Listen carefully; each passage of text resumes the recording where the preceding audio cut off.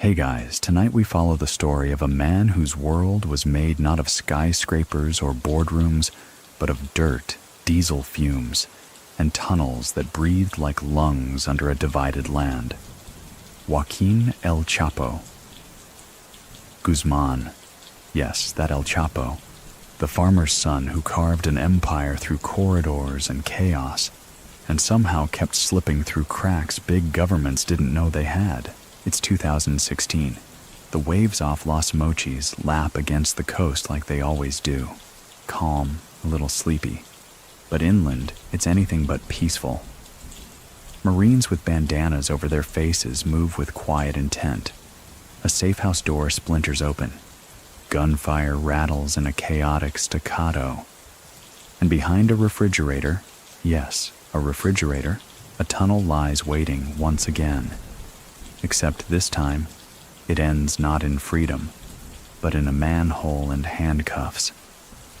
The Tunnel King is done digging, for now, so before you get comfortable, take a moment to like the video and subscribe, but only if you genuinely enjoy what I do here. And I'm curious, where are you listening from, and what time is it there right now? Drop your location and local hour in the comments. I'd love to know. Now dim the lights, maybe turn on a fan for that soft background hum, and let's ease into tonight's journey together. It's hard to say exactly what Joaquin feels when he's pulled from the sewer by Mexican Marines that chilly January morning. He's been here before, in cuffs, caught, cameras flashing like fireworks at an unwanted birthday party. But this time feels different. Maybe it's the cold concrete on his back. Maybe it's the ache of age in his knees. Or maybe it's because, deep down, even he knows this is the final chapter. The raid is fast, surgical. 6 of his men fall in the first wave. Guzmán bolts through the house into the secret passage behind the fridge, a detail so cinematic it might as well come with a popcorn machine. But this is real, and the tunnel, always the tunnel, is his escape valve. He's done it before, beneath prisons, into bathtubs, out of courtrooms. But this time, he doesn't get far. Somewhere beneath the city streets, his getaway car never shows. His right-hand man is already panicking. His phone pings cell towers like breadcrumbs. Hours later, near dawn, they find him trying to blend into the streets like any other night traveler, except his shoes are too clean, his silence too rehearsed. Back at the station, they ask the question everyone expects. Why did you run? And like a man ordering at his favorite diner, he answers flatly, because I knew you'd come. There's no fight, no spectacle, just a shrug, maybe even relief. Joaquin Guzmán has lived too long on borrowed time, and time, like tunnels, always folds in.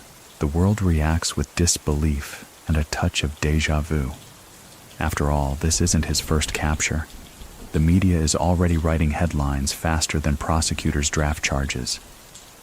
The end of an era, they say. But some whisper, is it? With El Chapo, it's never quite the end until the soil settles. And back in Sinaloa, in the mountain villages that raised him, corridos start spinning again. New verses, same beat. Some say he let himself be caught. Some say he lost his edge. But many people still think that his real strength was never in his presence. It was in the void he left behind. Because with El Chapo, even the silence sounds suspicious. Before Joaquin Guzmán became a ghost in sewers and a headline across borders, he was just a boy, barefoot, sunburned, and always one bad harvest away from hunger. La Tuna, his hometown in the Sierra Madre, wasn't the kind of place you find on postcards. It clung to the mountain like a stubborn cactus. Dirt roads curved like question marks through hills that whispered secrets to anyone still enough to listen. He was born on April 4, 1957, though even that date dances in shadows. birth records in the region weren't exactly known for their punctuality. His family worked the land when the land allowed it. His father, Emilio, was a small-scale poppy farmer, cultivating the sticky brown resin that fed the heroin trade long before Joaquin could spell the word cartel. His mother, Maria Consuelo, ran the house like a ship through fog. Strict, quiet, and always moving forward. They had little, and by little, we mean meals that depended on weather and whether or not debts could be pushed to mañana. Joaquin sold oranges as a boy, not for spending money, but for survival. When there were no oranges, he sold whatever grew or whatever could be borrowed and bartered. He had 3 brothers and 4 sisters, and like many in that part of Sinaloa, education was a luxury often replaced by work, quick reflexes, and knowing when not to ask questions. The mountains shaped him, not just his legs, tough from walking miles, but his sense of silence. In the Sierra, you speak when you must. Eyes do most of the talking. Joaquin learned that early. People forget this part. They picture the flashy kingpin with gold-plated guns and fleets of planes. But this was the core. A kid with dirt under his nails and a fierce refusal to be poor forever. He wasn't big, hence El Chapo, meaning shorty. But even young, he had the kind of presence that made other boys let him go first in line, just in case. He knew how to read people. Better yet, he knew how to read the gaps in what they said. One historical detail that often surprises people. During the 1970s, the U.S. government poured money into Mexico's anti-drug operations, which ironically pushed many small-time growers deeper underground and made room for people like Joaquin to build networks in the gaps. The law didn't seal the leaks, it deepened the trenches. By the time he was a teen, he had his own poppy plot. His dad had kicked him out, too rebellious, too demanding. That's how the stories go, at least. Whether that's true or just family folklore wrapped in myth, it's clear that Guzmán was running his own show early. He recruited cousins and friends. He handled money with a paranoia that would later grow into full-blown operational brilliance. They say he once told his uncle, "If I'm going to risk my life, I want to make real money." You can imagine the look he got, equal parts laughter and warning. But he meant it. He saw how the drug game worked. Farmers took the risk. Middlemen skimmed. Buyers made fortunes. He decided not to be a farmer for long. Do you remember the detail about him selling oranges? Years later, his former neighbors would say that same tenacity, the refusal to return with full baskets, was exactly how he ran his empire. He'd rather burn a shipment than give it up for free. He'd rather lose a hand than let it be tied. At night, in La Tuna, when the stars painted the mountain edges in cold silver, young Joaquin would lie on a straw mat and listen to the wind carrying the rumble of distant trucks. Traffickers, smugglers, men with options. And that sound? It didn't lull him to sleep. It sharpened his dreams. So what do you think? Was he destined by poverty or drawn by choice? Many people still think that in a place like La Tuna, crime isn't just a path. It's the only door that stays open. By the early 1970s, the Mexican drug landscape was changing. Slowly, then all at once. The old routes shifted. American appetites for heroin, marijuana, and eventually cocaine were ballooning faster than any law enforcement agency could comprehend. And in the middle of it, barely 20 and already wiry with ambition, Joaquin Guzmán took his first formal steps into organized crime. The man who opened the first real door for him? Pedro Aviles Perez, a name whispered now. but in his day, the so-called father of Mexican drug trafficking. Aviles had pioneered the use of aircraft to move drugs north. He didn't just play the game. He redrew the board. And Guzmán? He started at the bottom, loading planes, sweeping warehouses, tracking shipments with the precision of someone who didn't plan on staying at the bottom for long. He wasn't a flashy recruit. He listened more than he spoke, asked questions like a schoolboy shadowing a professor, and paid attention to where every dollar landed and every body dropped. When other boys talked about escaping to the cities for music or girls, Joaquin was counting truckloads and weighing risk against reward. There's a moment, likely apocryphal but too poetic to ignore, when he supposedly asked a pilot, "How many kilos fit in that?" And when the pilot shrugged, Joaquin replied, "I'm going to double it." That, folks, is the voice of someone who's not thinking about surviving the week, but conquering the next decade. But Aviles's reign wouldn't last. In 1978, he was gunned down in an ambush many believe was orchestrated not by enemies, but by allies eager to inherit his roots. Among them, a rising star named Miguel Angel Felix Gallardo. Now here's a mainstream historical fact. Felix Gallardo was the architect of the so-called Guadalajara Cartel, the first true federation of Mexico's major drug traffickers. Instead of fighting, he united them. The system worked like a corporation, shared risks, managed routes, pooled bribes. It was the golden age of narco-diplomacy. And yes, Guzmán saw it all. He slid into the background under Gallardo's expanding shadow, working as a driver and errand runner at first. But it didn't take long for people to notice the short man who never forgot a number and never repeated a mistake. He handled logistics, tight ones. If a shipment was due Friday, it arrived Thursday. If a guard wanted a bribe, Chapo already knew his daughter's name and her favorite brand of sneakers. This wasn't charm, it was data. And it worked. By the early 1980s, Guzmán was managing shipments for Felix Gallardo's network, specifically in the Pacific Corridor. He wasn't flashy, but he was reliable. And in that world, reliability is more valuable than ruthlessness. At least in the beginning. Still, he had to make a name. And sometimes, names require noise. One story still floats around Sinaloa. How a rival crew failed to move a shipment on time. The drugs were seized. The crew vanished. No bodies, no news. Just one quiet message passed around campfires and radio chatter. Don't make El Chapo wait. He was learning from the best.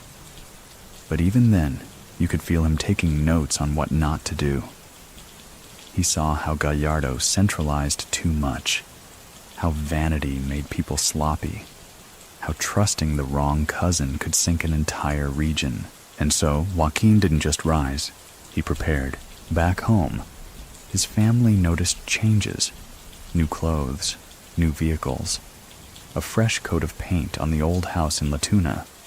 He never abandoned his roots, not fully, but the kid who once sold oranges was now making deals under chandeliers.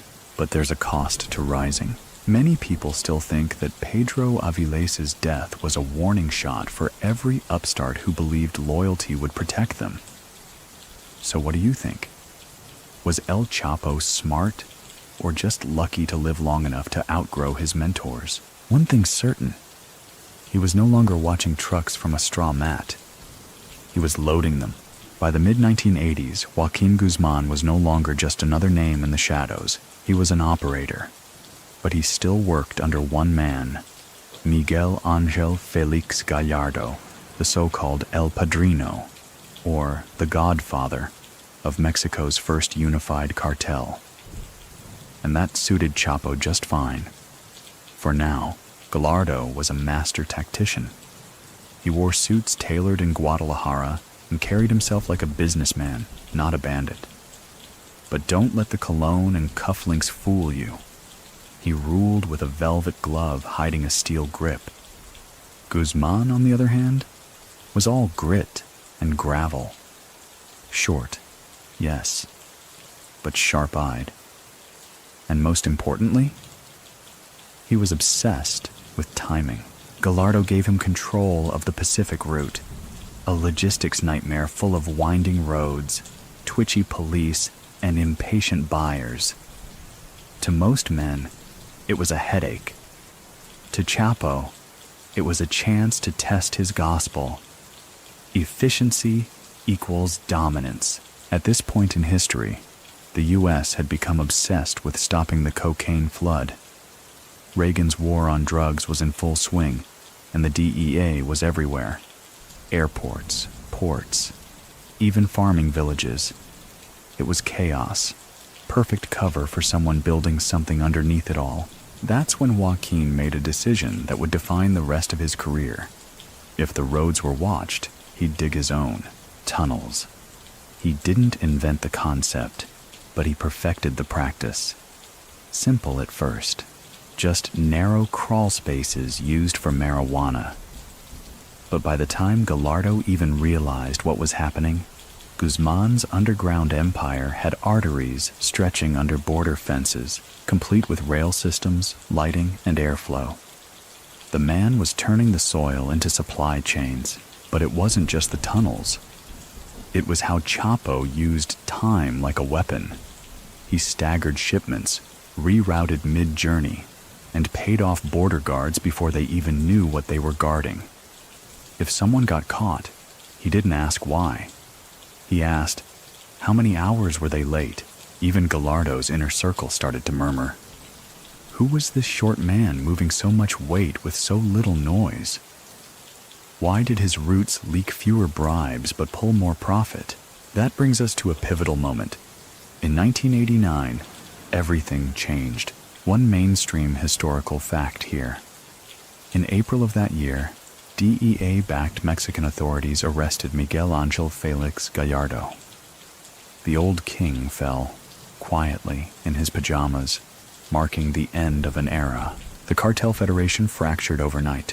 What had once been a family became a field of warlords, and in that split second of panic, Guzmán didn't flinch. He already had his team. Ismael El Mayo Zambada, Hector El Güero Palma, and others who believed in timing, logistics, and leverage. They didn't mourn the collapse. They saw it as liberation. Guzmán wasn't just a subordinate anymore. He was the quiet architect of what would become the Sinaloa Cartel. So how did he rise so fast without firing a shot?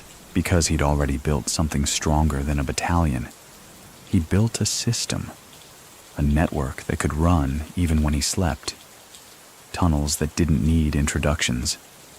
Buyers who didn't need negotiations. The roads were breaking, but Chapo had gone underground long ago. Do you remember the day he stood by the airstrip, watching shipments go up in smoke after a misstep? He never forgot that. That memory built his empire, and now, as other factions clawed for scraps, Guzmán was already 3 steps ahead, mapping new tunnel entrances, while the others were still mourning the fall of the Godfather. Many people still think that Félix Gallardo underestimated him, that he mistook obedience for weakness. So what do you think? Did Chapo outplay his mentor, or simply wait for the mentor to collapse? Either way, the student was now building his own kingdom, quietly, efficiently, and always below the surface. When a cartel fractures, most men reach for a gun. Joaquín Guzmán? He reached for a calculator and a calendar. The Guadalajara cartel was now scattered into rival factions, each hungry, each territorial, and each paranoid. It was the perfect storm. And Guzmán, ever the minimalist tactician, moved like a shadow through the rubble. With Félix Gallardo behind bars, Guzmán began consolidating territory across Mexico's Pacific coast. He didn't shout about it. He didn't declare war. He simply offered better rates, faster delivery, and tighter security. If you were a buyer, you didn't care whose name was on the flag. You cared that the product arrived on time, uncut, and unbothered by lawmen. Still, not everyone appreciated his subtle approach. The Arellano Felix brothers, Tijuana's brutal ruling family, weren't interested in Guzmán's spreadsheets and schedules. They were flash, fury, and gold chains over Hawaiian shirts. And when Sinaloa's roots began brushing too close to theirs, sparks flew. Now let's lock in one historical truth. In 1993, the conflict reached a fever pitch in Guadalajara. Chapo had narrowly escaped an ambush by the Arellano Felix crew. They'd cornered him at a nightclub and riddled the place with bullets. He slipped away, barely. But just a few months later, the retaliation made headlines across the world. It was May 24th, 1993, the Guadalajara airport. A shootout erupted in broad daylight. When the dust settled, 6 were dead, including Cardinal Juan Jesus Posadas Ocampo, a holy man gunned down in the crossfire. Or, some allege, mistakenly targeted as Guzmán himself due to a similar car and build. That moment changed everything. The Mexican government couldn't look away anymore. The Catholic Church was outraged. International pressure mounted. Suddenly, Joaquín Guzmán wasn't just another ghost with tunnels. He was public enemy number 1, and for the first time in years, he was on the run. You'd think a man used to slipping through shadows would know how to vanish. And he tried. Across the country, into Guatemala, through villages so remote even maps gave up. But you can only dig so far before the soil pushes back. On June 9th, 1993, Chapo was captured by Guatemalan authorities and handed over to Mexico. No tunnels this time, no getaway car, just cuffs, flashbulbs, and that now familiar look on his face. Unreadable. They sent him to Puente Grande, a high-security prison in Jalisco. And here's where most men would fade. But Guzmán wasn't most men. Inside, he did what he'd always done.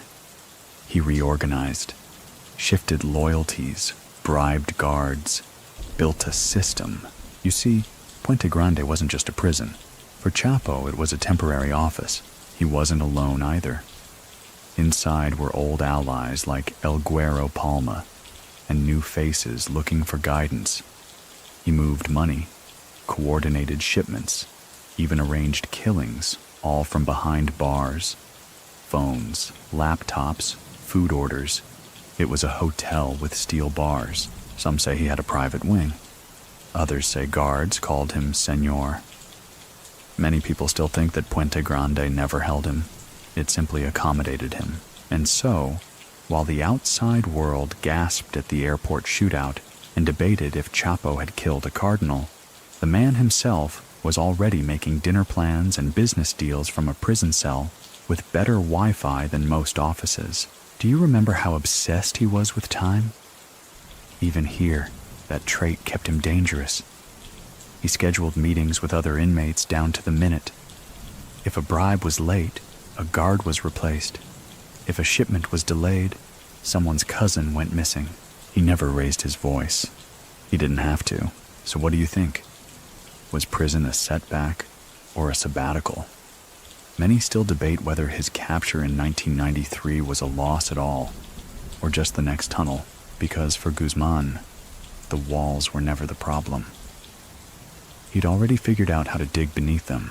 Puente Grande, Mexico's so-called maximum security prison, would have been a dead end for almost anyone else. But for Joaquín Guzmán, it was merely a new headquarters, one with guards that served meals like waiters and inmates who lined up to pledge allegiance. If the outside world thought he was caged, the inside world knew better. El Chapo had simply changed the address on his letterhead. From 1993 until 2001, Guzmán ran his operation from within those concrete walls, and not with subtlety either.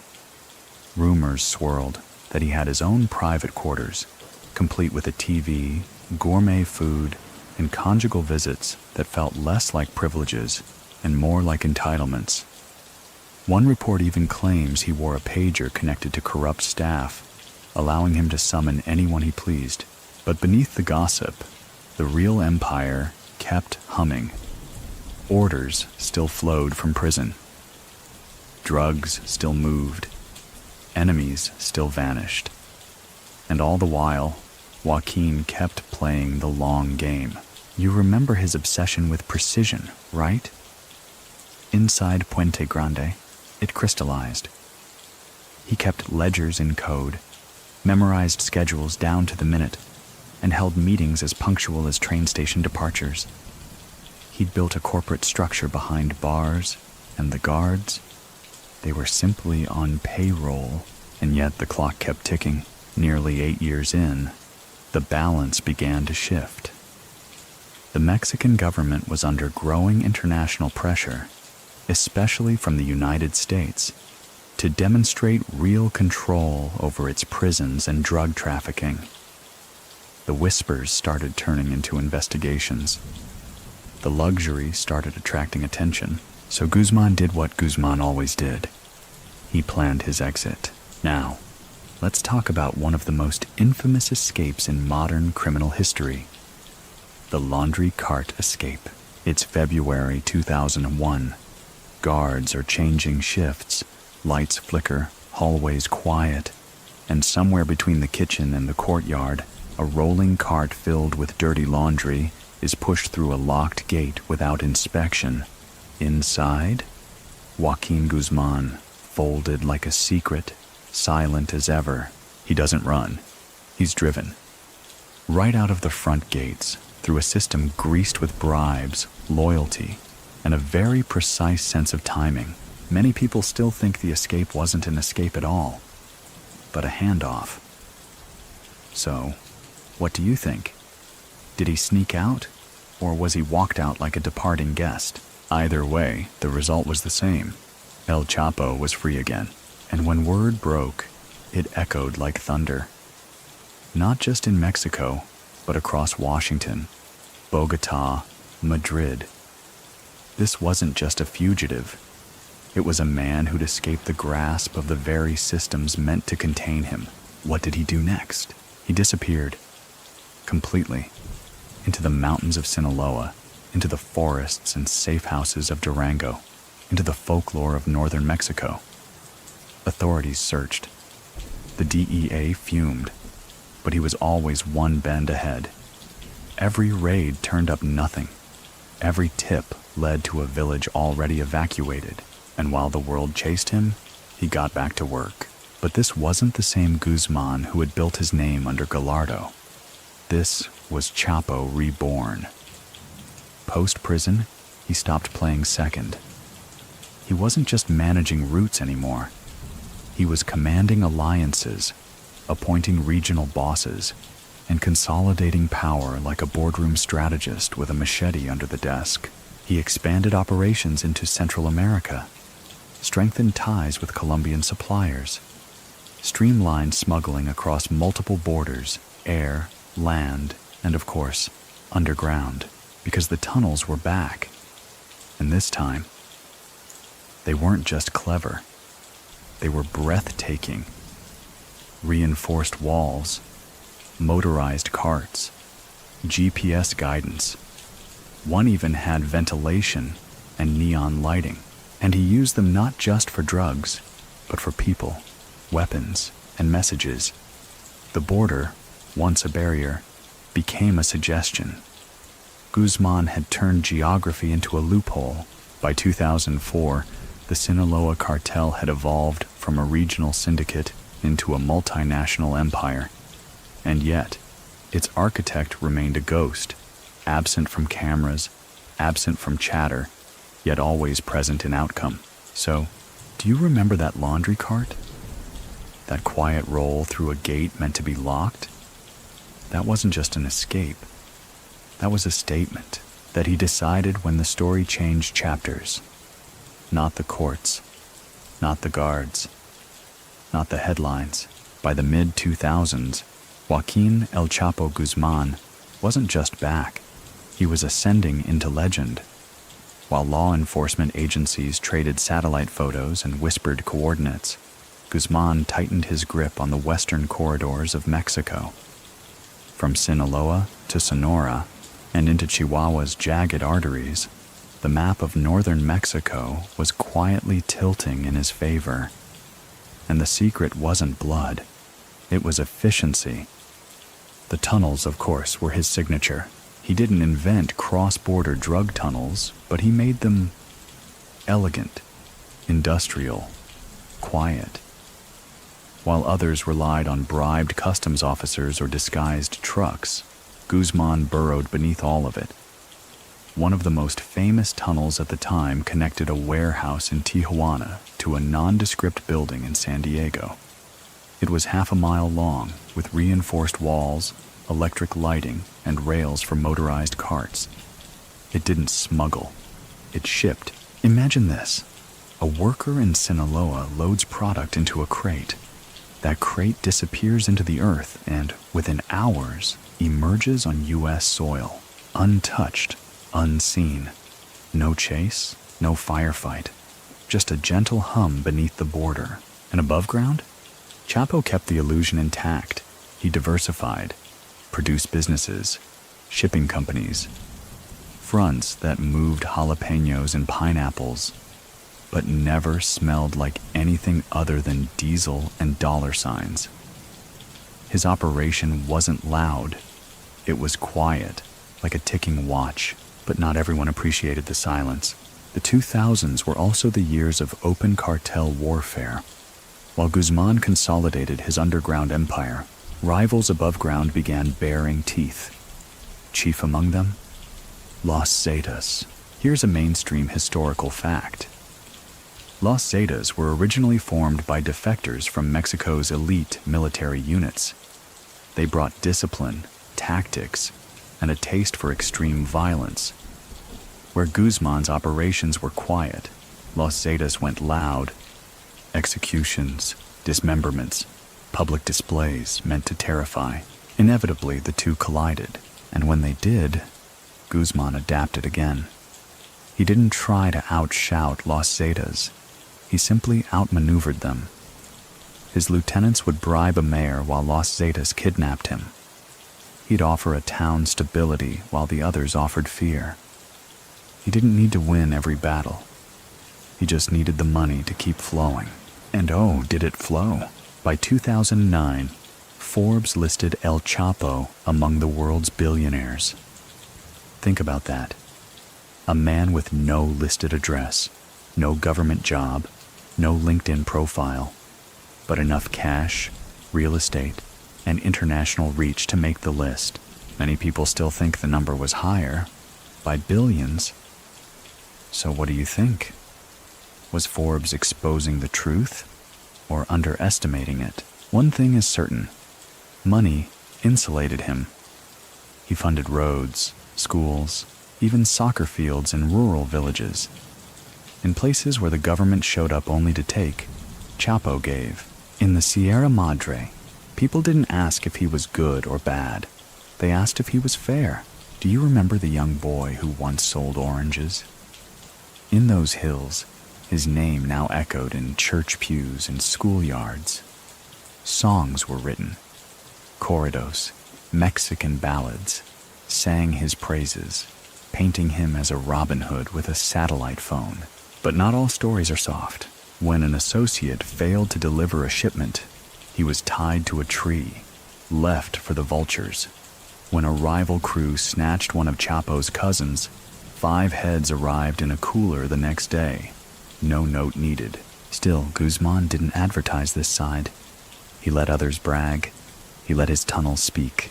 There's one lesser-known tale, whispered among his drivers, how Chapo once redesigned an entire smuggling route because the previous road passed too close to a school.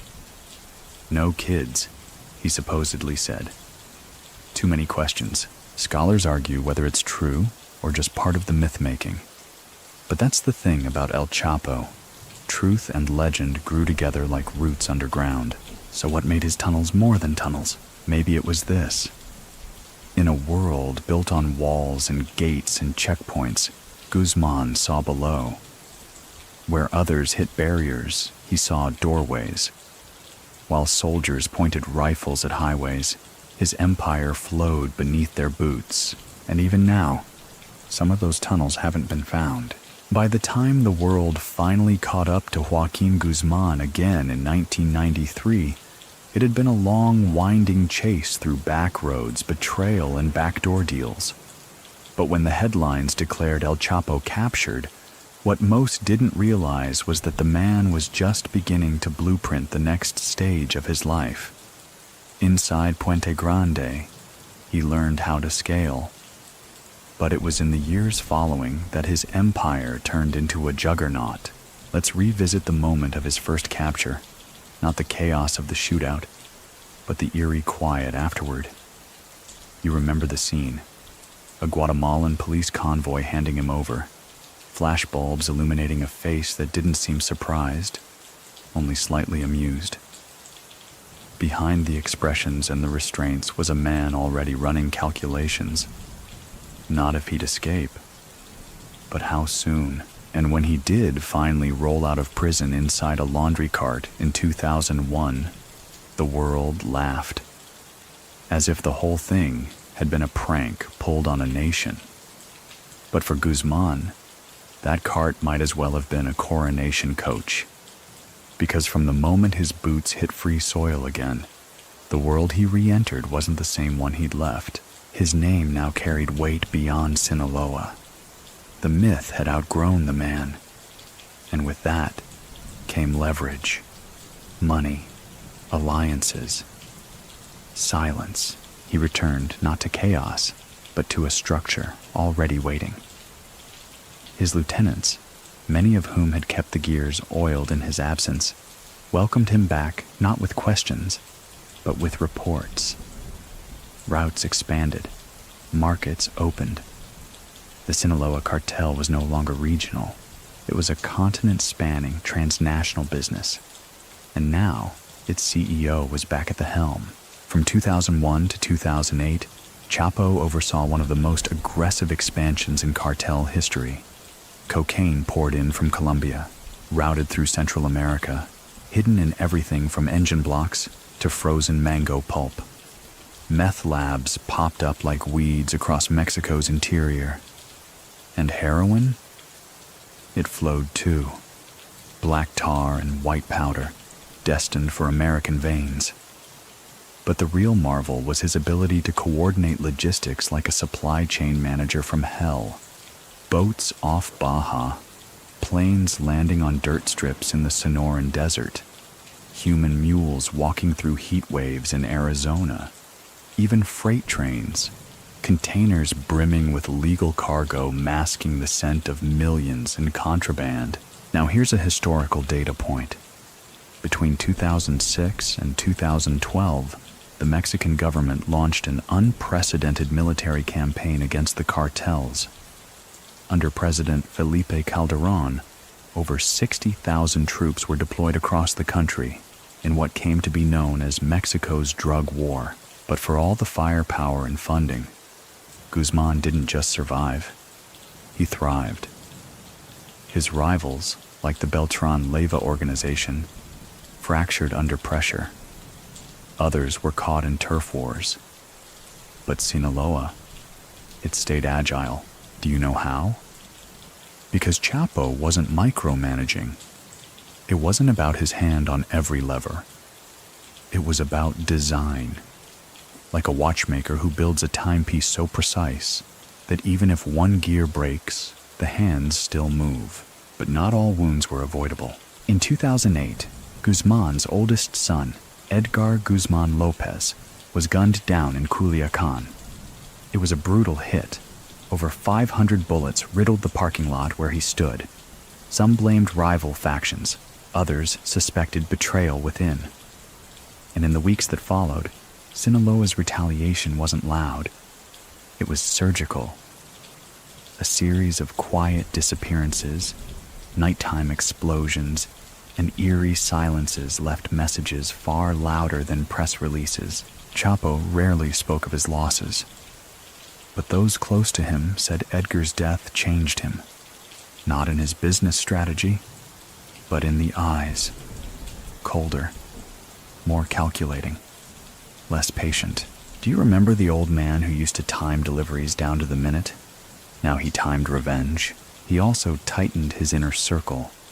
Fewer face-to-face meetings, more messages sent through layers of trusted couriers. He stopped appearing at public gatherings, and when he did move, it was like a ghost caravan. Decoys, blindfolded drivers, and GPS signals bouncing across towers like static. Many people still think that in those years, he was never more than an hour away from American soil, yet completely untouchable. So what do you think? Was it luck? Or did he simply understand terrain better than any general? Either way, the man who had once escaped in a laundry cart was now disappearing without a trace. No tunnels needed. By the early 2010s, Joaquin Guzmán wasn't just running a cartel. He was managing an empire that defied geography, governments, and even gravity. From Colombia to Chicago, his web reached into neighborhoods, warehouses, and bank accounts. Yet the man himself remained invisible, like a rumor with a face. He moved with precision, never sleeping in the same place twice, often staying underground, both literally and metaphorically. And if you're wondering whether that's just myth, here's your mainstream historical fact. By this point, Guzmán owned and operated a complex network of underground bunkers, safe houses, and tunnel-connected residences throughout Sinaloa. One of the most well-known was a house in Culiacán, with a bathtub that slid away to reveal a ladder descending into a secret tunnel, one that connected to the city's sewer system and ultimately opened miles away in the countryside. Yes, that's how he lived, like a man who turned his fear into architecture. And why such elaborate exits? Because law enforcement was no longer watching from a distance. They were closing in. The DEA, the Mexican Marines, Interpol. Everyone wanted a piece of the man who had made a mockery of borders and bars. Still, Chapo stayed one step ahead. He shifted between mountain hideouts and city havens with military precision. His men used encrypted radios, burner phones, and codes layered so deep they made spy agencies blush. Even within his own organization, few knew his exact location at any given moment. The legend was now his greatest camouflage, but that level of paranoia comes at a cost. He rarely saw his children. His wives and girlfriends were hidden away in layers of protection. His meetings were short, curt, transactional. One former associate claimed you could measure trust in Chapo's circle by how many seconds he let you look him in the eye. And still the business thrived. Every week, product moved by sea, by land, by air, and of course, by tunnel. And if one method faltered, 5 others picked up the slack. Shipments of chili peppers and avocados were packed with cocaine. Human couriers carried heroin sewn into clothing linings. Freight trains were loaded with meth hidden inside fake engine parts. He didn't need to know every detail. He just needed to know the system still breathed. You remember how obsessed he was with timing? That didn't change. Associates were expected to arrive early or not at all. If a pilot radioed in a delay, another plane was already airborne. Chapo didn't wait for problems. He replaced them. But one problem couldn't be replaced. Power makes you visible. And in 2012, visibility came knocking again. American agencies, working with Mexican authorities, began using a different tactic. Instead of chasing Chapo, they chased his phones. Not his phone, mind you. He changed numbers more often than socks. But they started tracking his associates, then their associates. It was like watching water flow downhill. Eventually, it pooled in one place. In early 2014, that place was Mazatlan. Now, do you remember that bathtub? On the night of February 22nd, 2014, the Mexican Navy burst into a nondescript beachfront condo. There, they found Guzmán asleep with his wife and twin daughters. No shootout, no tunnel dash, just surprise and resignation. He tried to slip away. Behind the bathtub was that now famous tunnel entrance. But the Marines knew. They'd blocked the exits. He was cornered. This time there was no escape cart. Just a man, shirtless and barefoot, led away in handcuffs. The world erupted. Cameras flashed. Reporters shouted. The U.S. requested extradition. Mexican officials called it a major victory. But in the hills of Sinaloa, no one believed it would last. Many people still think that Guzmán let himself be caught, either to avoid betrayal or as part of a bigger plan. So what do you think? Was it a slip-up or strategy? Because if history had taught us anything by then, it was this. You don't count El Chapo out until the tunnel is filled in. For the second time in his long, elusive dance with law enforcement, Joaquín Guzmán found himself behind bars.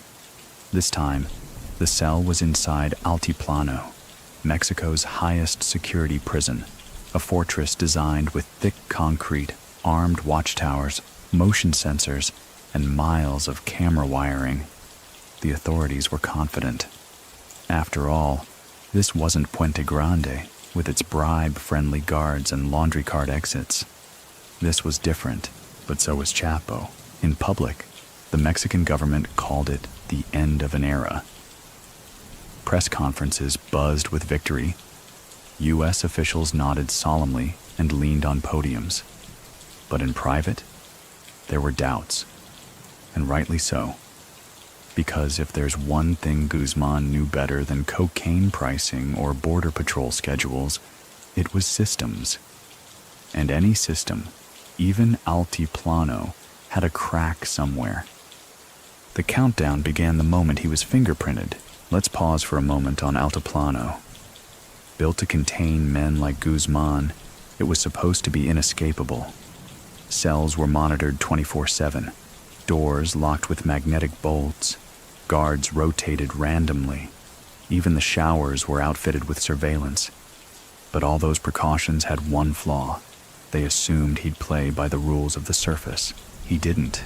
While most prisoners passed time with cards or telenovelas, Chapo observed, measured, dug in, mentally first, then literally. His plan, a tunnel of course, it sounds absurd until you see how it was done.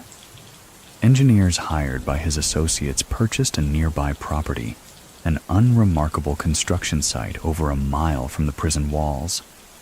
Over months, they tunneled directly under the cell block. The passage was ventilated, lit, and wide enough for a motorcycle mounted on rails. Yes, a motorcycle. This wasn't a scramble through dirt. This was a subterranean freeway. Now, here's your mainstream historical fact. On the night of July 11th, 2015, surveillance cameras inside Guzmán's cell showed him walking behind a blind spot in the shower area. Moments later, he was gone. Gone. No struggle. No alarms. Just one man stepping into the floor and vanishing beneath Mexico. The response? Immediate chaos. The government froze.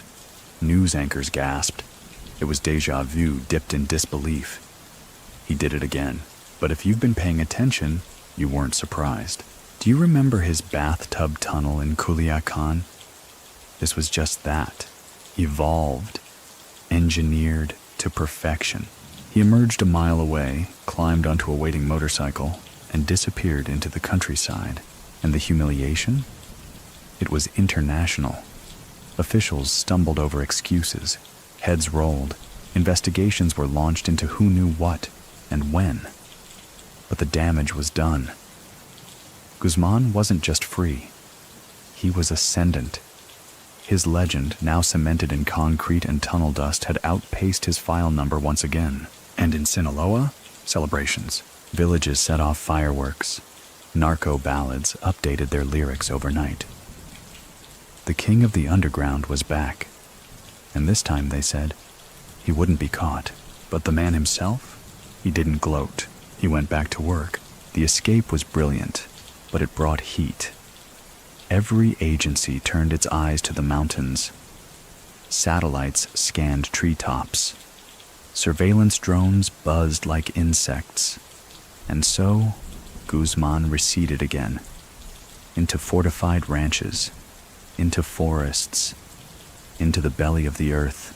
His operations resumed within days. Cocaine rerouted. Meth labs reactivated. But his communications grew even more secretive. Messages now passed only through verified couriers. Cell phones were taboo. Even eye contact, some say, was discouraged unless absolutely necessary. Still, the one variable Chapo couldn't control was vanity.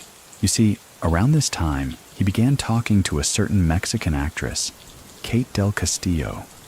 Their correspondence was bold, even poetic. And when actor Sean Penn got involved, the meeting turned from fantasy to fatal flaw. More on that later, but for now, just remember, while the world scrambled for answers, Guzmán was already planning the next phase. He didn't see walls. He saw walls as temporary packaging. Obstacles were just delays with bad lighting. Many people still think his second escape made him untouchable. But what do you think? Was it brilliance? Or was the world simply too slow to catch up? One thing's for sure.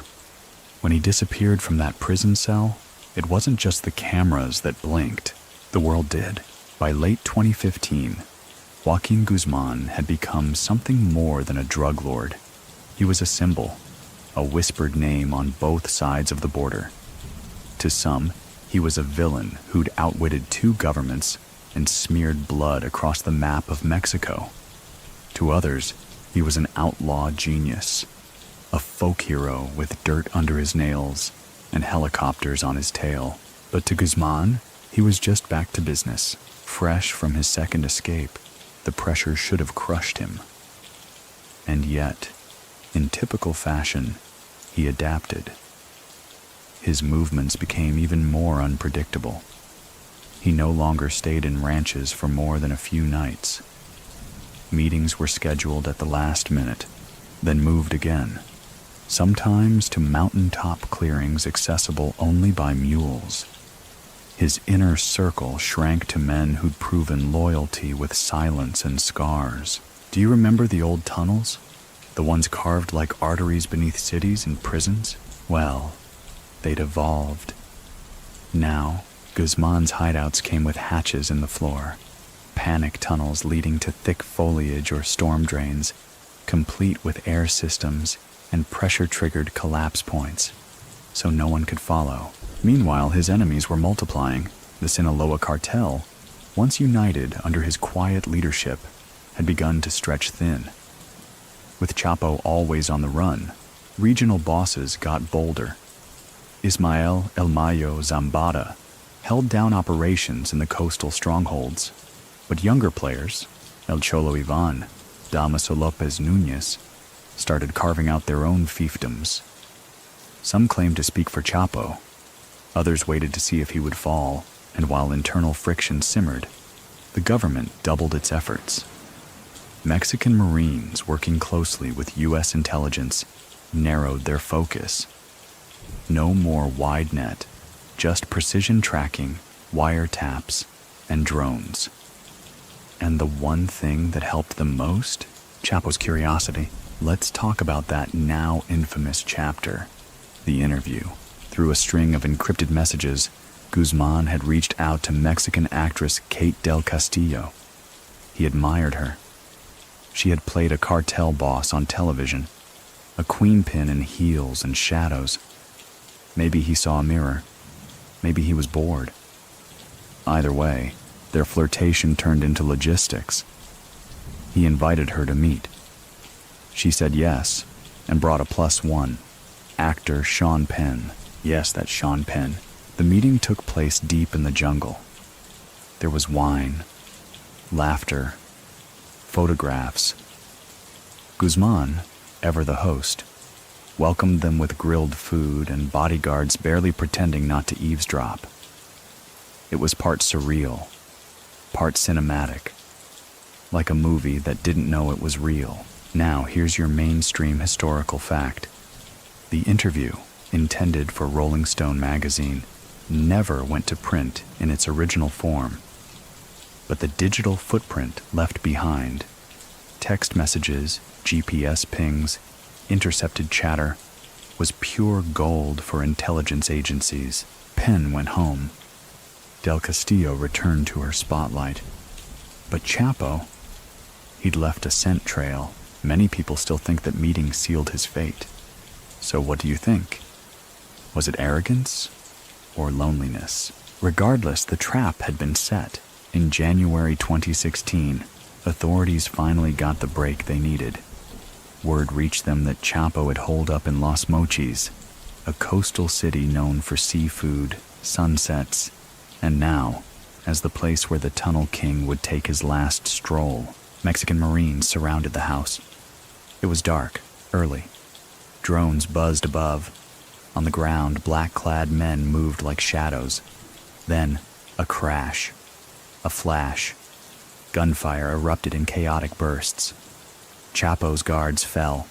He darted through the house, into the bathroom, down, yes, into another tunnel. But this time the tunnel didn't save him. His escape route led into the city's sewers, filthy and flooded. He emerged blocks away, soaked, exhausted. He tried to steal a car, got caught, tried to talk his way out of it. But the officers recognized him. They made the call, and just like that, he was back in custody. Third time, but this time, it felt different. There was no smirk, no shrug, just a slow blink. As if, deep down, even he knew. This wasn't a delay, this was an ending. The arrest in Los Mochis didn't just send ripples through Mexico, it made headlines around the globe.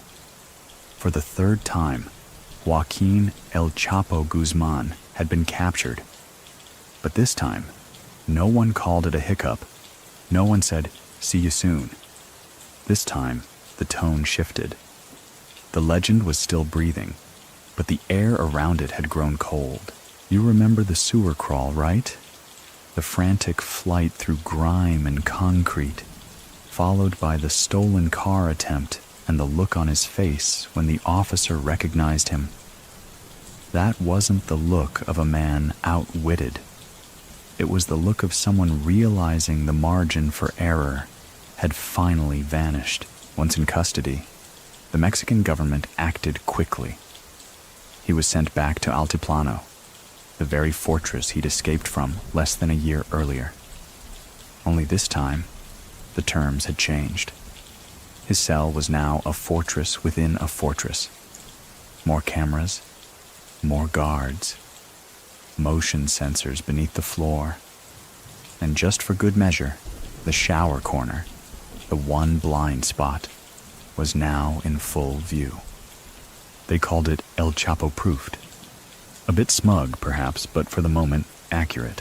Meanwhile, his empire paused, but only for a breath. Operations continued, shipments moved, lieutenants adjusted. The machine he'd built was never designed to stop. That was the genius of his leadership. He created a structure that didn't collapse when the top was removed. It just swayed, corrected itself, and kept pushing forward. But back in his cell, Guzmán was restless. He knew what was coming. The Americans wanted him. Badly. The U.S. Justice Department had prepared multiple indictments in several districts. Brooklyn, Chicago, Miami, El Paso, all naming him as the architect behind massive drug operations that stretched from jungle labs to suburban neighborhoods. Extradition was no longer a hypothetical. It was inevitable. Inside Altiplano, Guzmán fought it. His lawyers filed motions, cited technicalities, argued that he'd be denied fair treatment. But the walls were closing in. And perhaps, For the first time in his life, the tunnels had run out. Let's talk for a moment about how he changed the business. Because whether you admire or revile him, the truth is, Joaquin Guzmán transformed the drug trade. He turned what was once a disorganized, brutal street game into a multinational enterprise. He structured trafficking like FedEx routes. He used legal entities to mask illegal activity. He fostered a hierarchy that functioned even during his long absences. And he did it all while avoiding photographs, credit cards, and anything else that might place him on the grid. That's not charisma, that's calculation. But power brings vulnerability. During those final months at Altiplano, he communicated less and less, not by choice. Surveillance was tight. Every visitor was monitored, every letter copied. His world had shrunk to the size of his cell, and for a man who once rode helicopters over coca fields and stood barefoot in the halls of his own hidden compounds, that kind of compression wears the soul thin. His health began to decline. Sleep became erratic. He complained of anxiety. His lawyers claimed he was suffering sensory deprivation. He'd pace his cell like a lion in a box too small to turn in. And so, in January 2017, exactly 1 year after his last arrest, Mexico approved his extradition. In the dark hours of January 19th, he was placed aboard a plane bound for New York City. The timing was not accidental. It was the eve of Donald Trump's inauguration. A symbolic moment. The most wanted trafficker, delivered like a trophy, just as a new administration stepped into power. No cameras, no corridor waves, just Guzmán, shackled, head down, eyes forward. He landed at MacArthur Airport in New York and was immediately transferred to the Metropolitan Correctional Center in Manhattan, a facility designed for high-risk inmates. And his new room, smaller than any tunnel he ever built. Many people still think that extradition was the one thing he truly feared, that he never minded prison as long as it was Mexican. So what do you think? Was the final capture his undoing, or had the walls been closing long before? Either way, the man who once slipped beneath borders and barbed wire was now sealed in concrete, facing a trial that would peel back every layer of his myth. The Tunnel King had reached a place where no digging could save him. Once on U.S. soil, Joaquin Guzmán lost the last bit of control he'd clung to.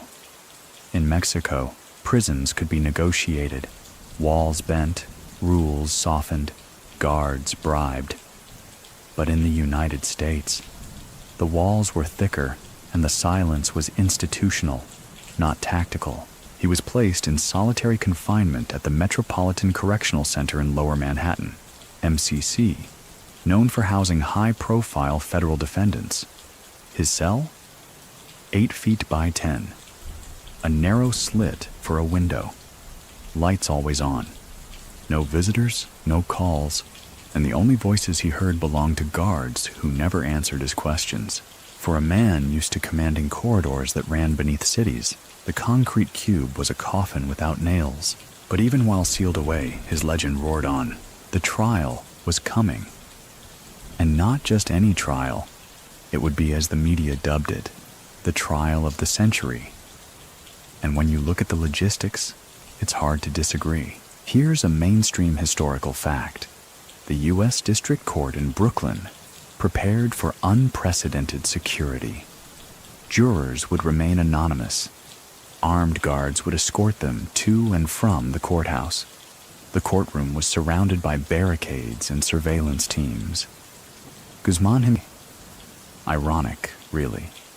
The man who built his world beneath the earth now moved like a rat through government-built burrows. And what a courtroom it was.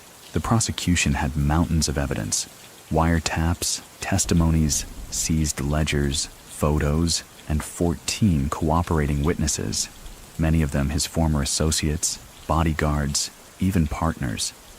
The stories they told were brutal, bizarre, and sometimes chillingly casual. One bodyguard recounted how Guzmán personally executed rivals, then ordered them dumped in flaming pits.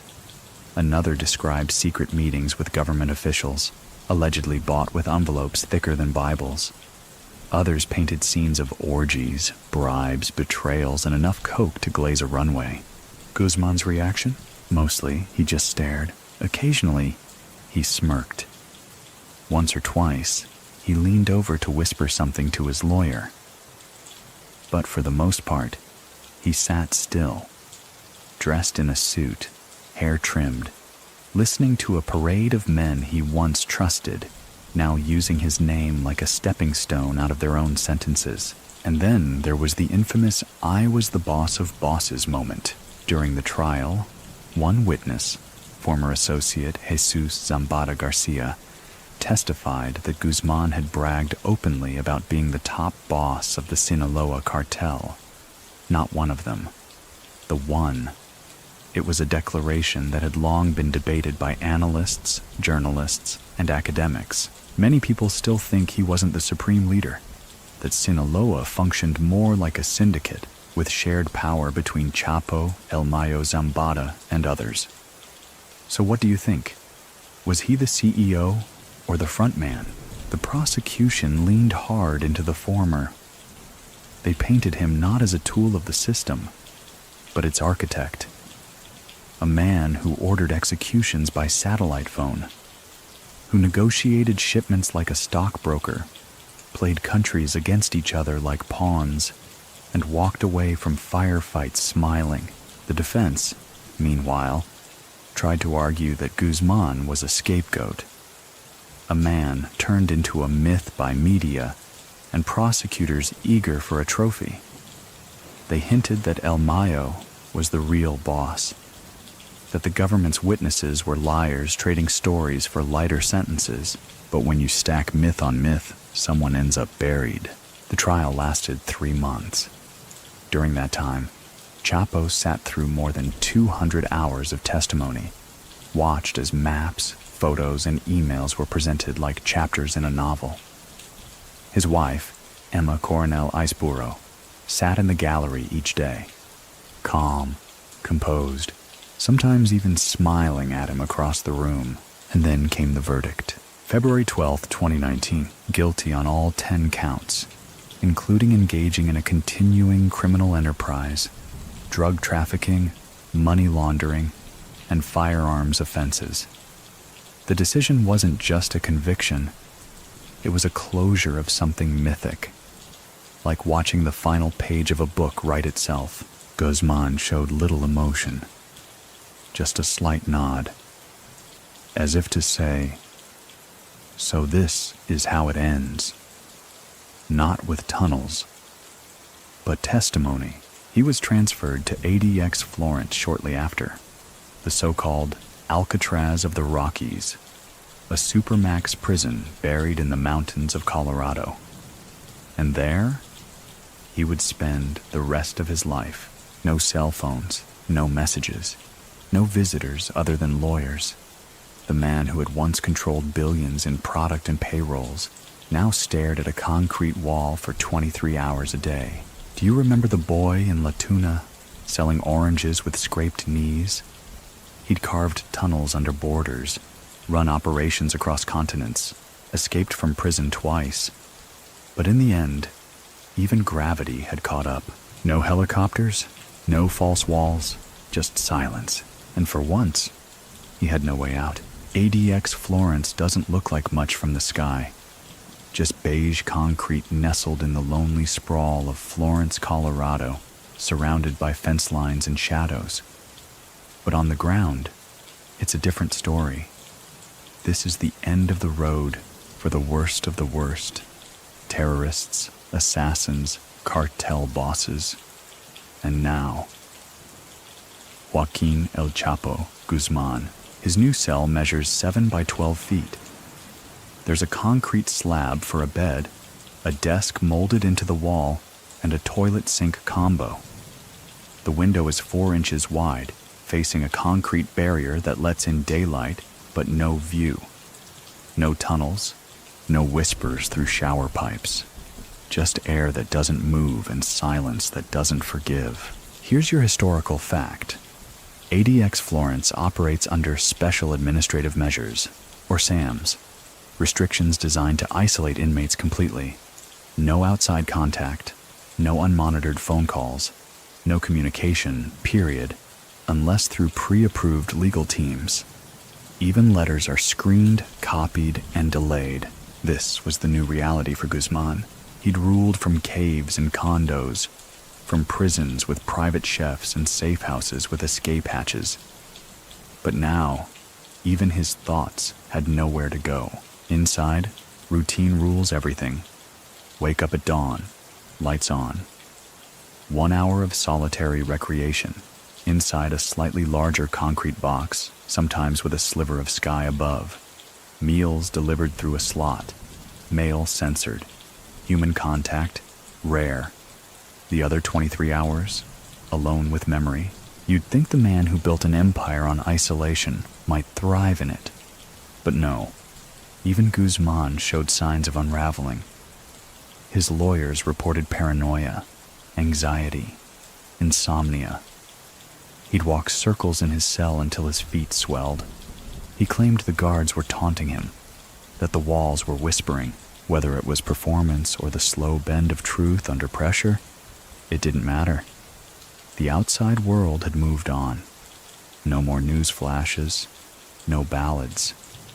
The name El Chapo had become a tag for Netflix shows and tabloid retrospectives. But back in Mexico, that was a different story.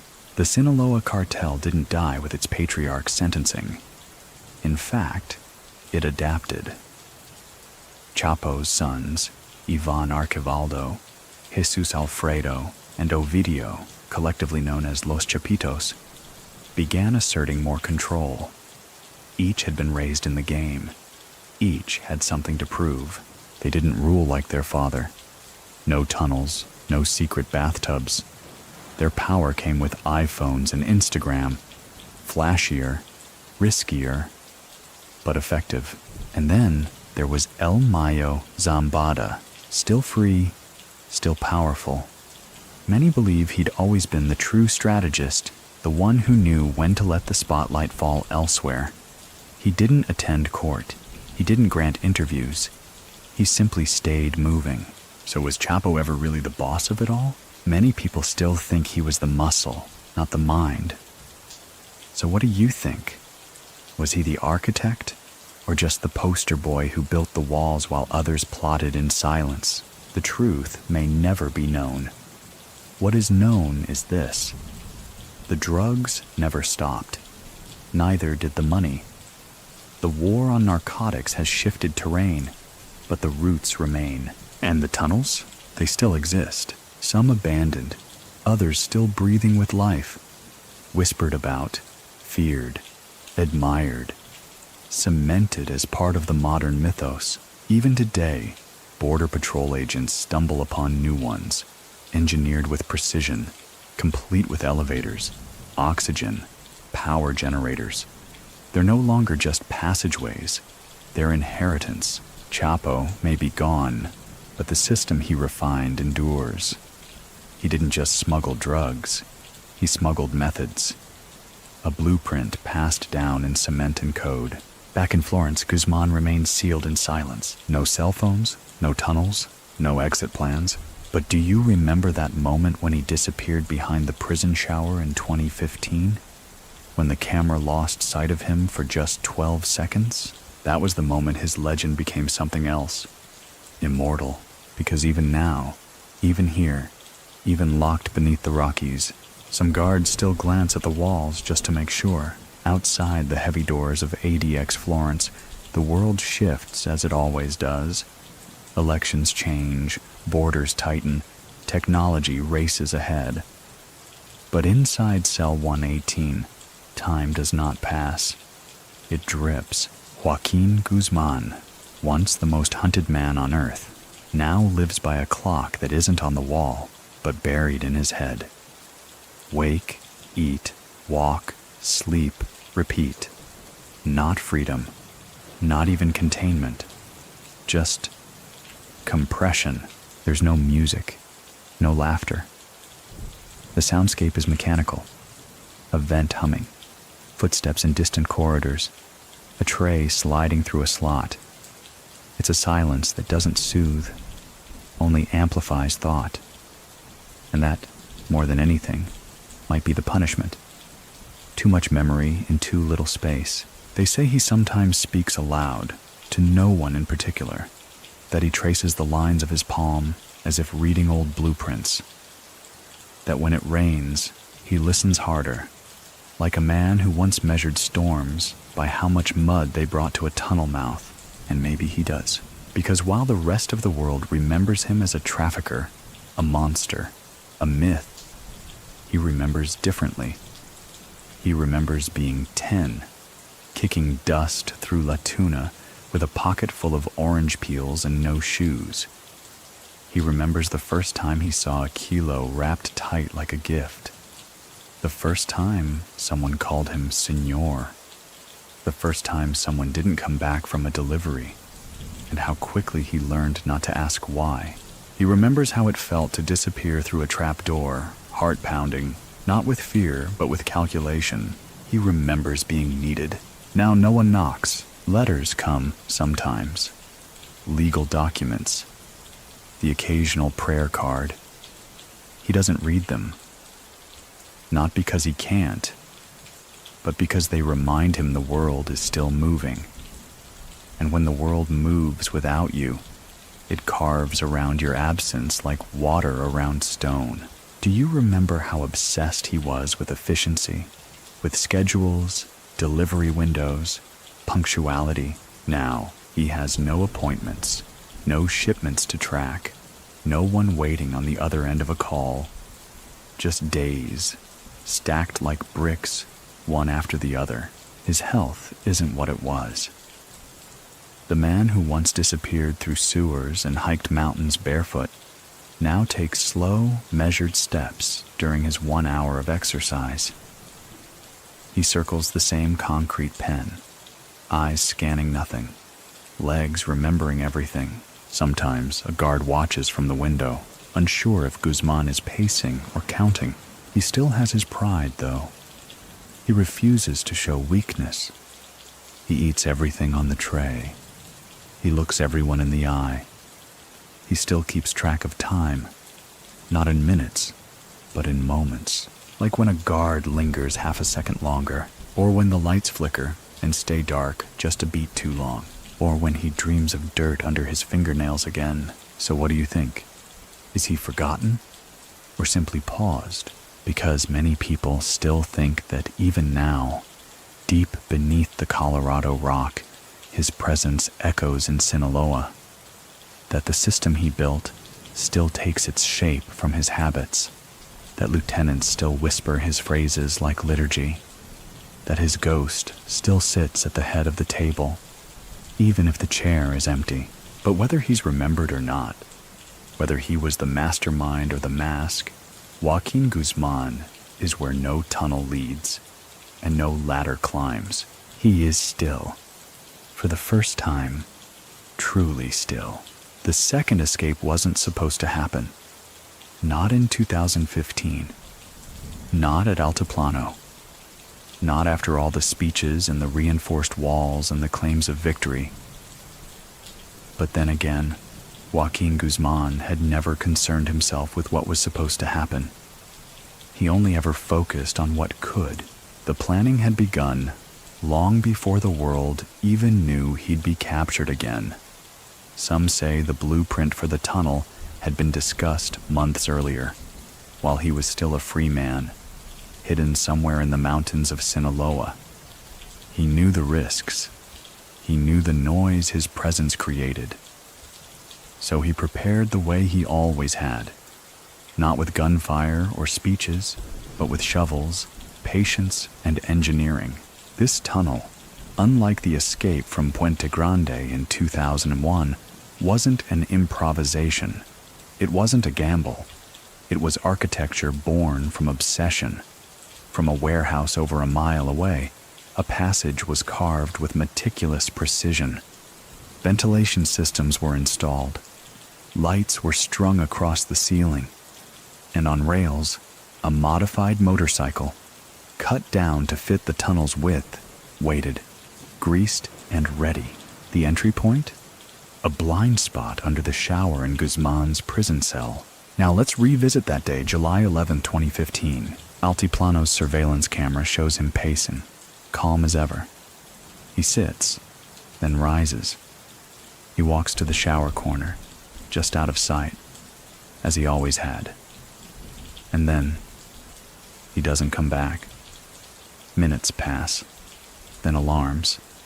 But by then, the silence had already swallowed him. Underground, the tunnel was cool, damp, and humming faintly with electric current. He rode the motorcycle like a delivery man with somewhere to be. When he emerged through the floor of the construction site, fresh clothes and getaway cars waited. Above ground, panic. In Mexico City, phones rang without pause. In Washington, there was disbelief.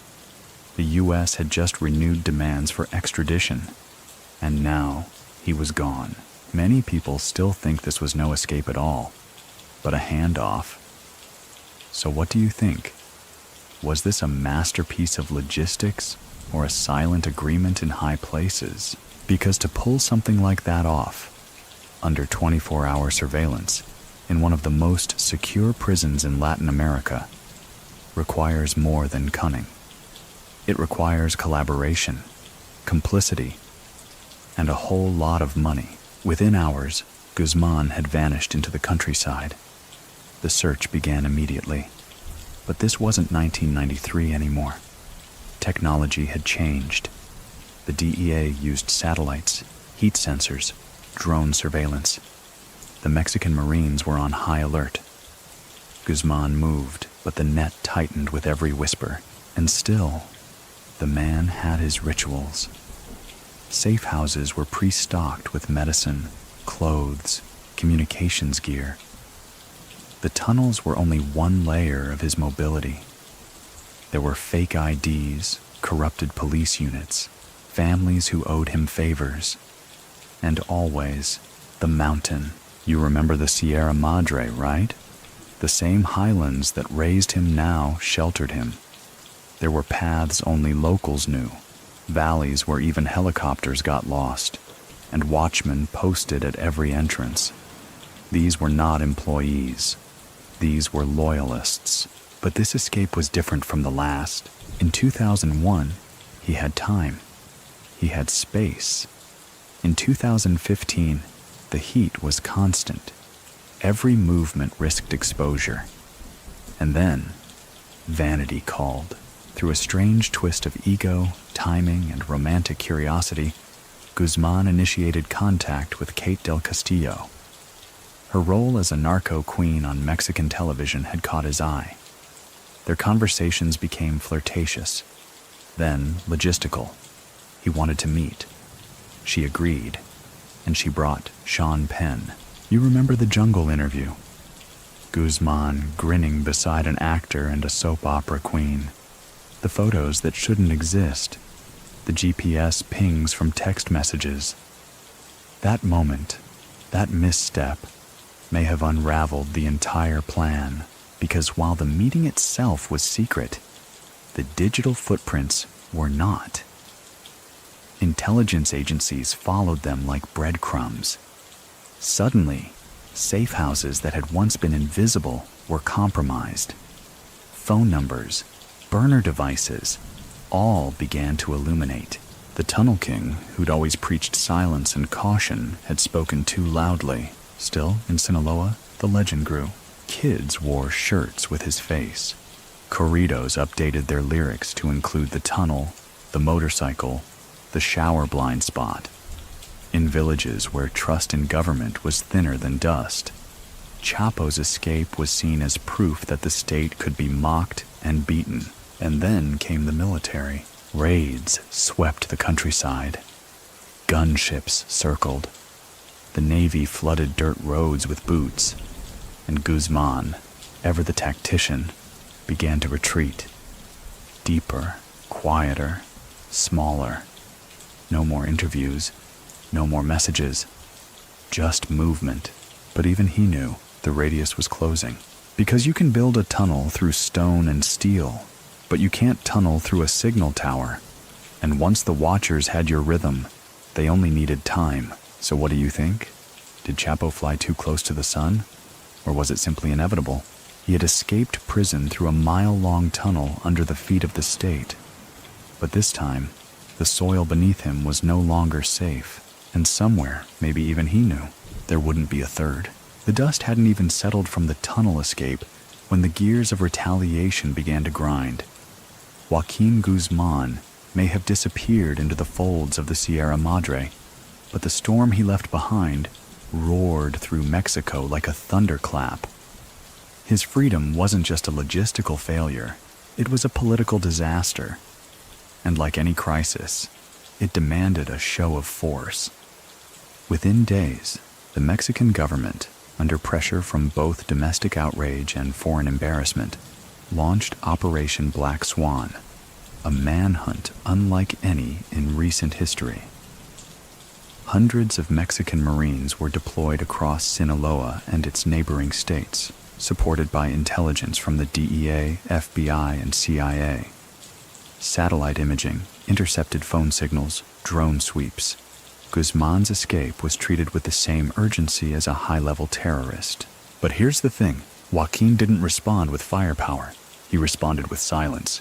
You see, while the military kicked in doors and seized caches of weapons and cash, Guzmán vanished into the folds of the terrain he knew better than any map could draw. His childhood mountains, his ancestral dirt, places where loyalty didn't come from bribes, but from bloodlines, safe houses connected by footpaths, tunnels that twisted under goat trails.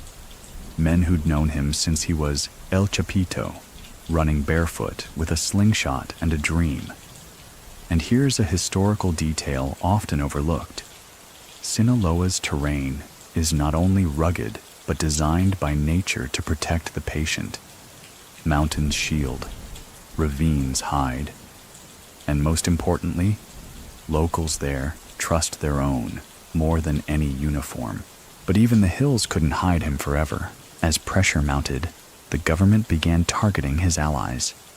One by one, safe houses were raided, cousins arrested, complicit officials quietly removed. In Culiacán, Guzmán's family compound was surrounded, and although he wasn't there, the message was clear. This time, the net had no holes. And still, Guzmán didn't retaliate with guns. He tightened the circle, moved in silence, operated like vapor. But even the Tunnel King couldn't completely suppress the ripple effect. Cartel lieutenants, sensing his position weakening, began recalibrating their loyalty. Some leaned more heavily on El Mayo Zambada, still elusive, still respected. Others saw an opportunity to carve out new fiefdoms. In the shadows, whispers of succession began to stir. At the same time, rival organizations seized the moment. CJNG, the Jalisco New Generation Cartel, expanded rapidly. Bold, militarized, social media savvy. They filled the vacuum Guzmán left, not with elegance or engineering, but with explosions and theatrics. And suddenly, the Sinaloa Cartel wasn't just dodging government forces. It was dodging competition. Even in retreat, Chapo was forced to manage. Messages were sent through trusted couriers, never phones. Routes were altered. Prices were adjusted. Orders were trimmed down to minimize risk. But there was one card he hadn't accounted for: betrayal. Do you remember El Cholo, Ivan?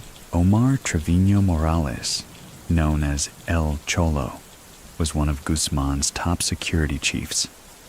Bold, loyal, but also impatient.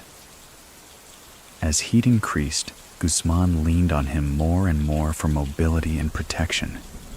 But increased proximity meant increased exposure. On January 8, 2016, after nearly 6 months on the run, a tip came in. Guzmán was spotted in Los Mochis, Sinaloa, holed up in a safe house with El Cholo Ivan, and a handful of guards. Mexican Marines descended before dawn. It wasn't quiet. The firefight tore through the house. Windows shattered. Walls crumbled. 5 of Guzmán's men were killed. 2 Marines wounded. Guzmán and El Cholo fled through a secret tunnel, of course. But this time, the end didn't lead to freedom. It led to a sewer, then a manhole, then a stolen vehicle, then a patrol. Cornered on the road by a routine stop, Guzmán tried to talk his way out. "Soy Joaquín," he reportedly said, as if there were still any doubt. No violence, no last stand, just a man who knew when the road had run out. He and El Cholo were taken without further incident. By nightfall, news broke across every screen in Mexico. El Chapo captured, again, and this time, there was no smug grin, no jokes, just a look of tired inevitability. Because many people still think he knew, really knew. This was the last escape attempt. So what do you think? Was he defeated, or simply done running? Back at Altiplano, the staff didn't need reminding. His cell had been modified. No blind spots, no showers with hidden doors, no guards he could bribe. And on the U.S. side of the border, a flurry of paperwork began moving with unprecedented speed. The Americans weren't going to let him tunnel out again, and neither, it seemed, would Mexico. If the first capture had been dramatic, and the second an embarrassment, the third was clinical, surgical, as if the entire machine of international law enforcement had finally synced its gears and squeezed the breath from the last open tunnel. But for Joaquín Guzmán, the man who once moved in shadows and spoke through silence, it wasn't the gunfight in Los Mochis or the flooded sewer that stung. It was what came next. The extradition. He'd fought it for years, weaving legal arguments through a web of appeals, delays, and jurisdictional debates. His lawyers argued that he wouldn't receive a fair trial in the United States, that conditions in American prisons were inhumane, that Mexico's sovereignty was being undermined. But none of it mattered, because the public had already judged him, the governments had already signed, and the world had already watched him disappear into the ground too many times. On January 19, 2017, just one day before Donald Trump was sworn in as President of the United States, Guzmán was transferred. Let that timing sink in. One final show of resolve from the Peña Nieto administration. One last symbolic gesture for an incoming American president who had made border control and cartel violence a campaign cornerstone. The plane touched down in Long Island, New York. There were no cameras, no public reception, just a quiet convoy of unmarked vehicles waiting to transport him to the Metropolitan Correctional Center in Manhattan. His new world was stark, a cell the size of a closet. No contact with the outside world, limited visitation, no access to natural light, and 23 hours a day of isolation. For a man who once moved thousands of people, who'd crossed mountains and tunneled beneath nations, this was the end of the map. And yet, he didn't resist. Some said he looked relieved. Others said he looked old. But one thing was certain, he no longer looked invincible. Inside the MCC, his every move was monitored. His meals were passed through a slot. Conversations with his lawyers were recorded. When he walked to court, he was flanked by U.S. Marshals. When he blinked, someone was counting the seconds. But even here, the myth persisted. The guards whispered. The press waited. Every motion filed by his defense was devoured by reporters. His wife, Emma Coronel Aispuro, attended the hearings, stoic, polished, like the last rose in a crumbling palace. And then came the moment that would change it all. Sean Penn's article. You remember the interview, don't you? The jungle meeting, the selfies, the coded messages, the briefcase full of arrogance. What had once seemed like a PR stunt now became a crucial link in the prosecution's timeline. Guzmán's own desire to be seen, to shape his legacy perhaps, had cracked open the final trail. The feds now had something rare, a digital breadcrumb left by the man himself. Text messages were recovered. Photos were authenticated. Conversations translated and scrutinized. And those pieces, sloppy, human, damning, would become part of the foundation for his trial. A trial, mind you, that felt less like prosecution and more like dissection, witness after witness. Some from within his own circle. Others who had long since turned state's evidence. They didn't just testify about drugs. They testified about dinners, about meetings, about moments so intimate they felt like betrayal in slow motion. One spoke of a murder ordered with a head nod, another of a bribe disguised as a birthday gift. One even testified that Guzmán had ordered the burial of an enemy alive. An anecdote told not with drama, but with the slow, painful detail of a man trying to lessen his own sentence. And through it all, Guzmán listened, expressionless, occasionally whispering to his lawyers, never yelling, never flinching, just listening, like a man who'd heard his name too many times to react. Many people still think that he was set up by those closest to him, that he was too isolated by then to be truly operational. So, what do you think? Was El Chapo still pulling strings in 2017? Or had he become, by then, just a symbol for others to hide behind? Because while he sat in a courtroom cage, the Sinaloa Cartel adapted. Los Chapitos, his sons, tightened their grip. El Mayo moved more quietly than ever. Territories shifted, but the shipments kept flowing. Even locked away, Guzmán's name still scared people, still drew loyalty, still cast shadows over border towns and port cities. But for the man himself, reality had shrunk. The only tunnels now were courtroom hallways. The only shipments were documents slid across a table. The only thing that still moved at his command was memory. By the time Joaquin Guzmán's trial formally began in late 2018, the courtroom had transformed into a theater, glass-walled, fortified, silent, but heavy with the weight of years. The government had been building its case for over a decade, and now the world leaned forward in its seat. The charges against him read like a checklist from a war log: international drug trafficking, money laundering, illegal firearms possession, murder conspiracy. 10 counts in total.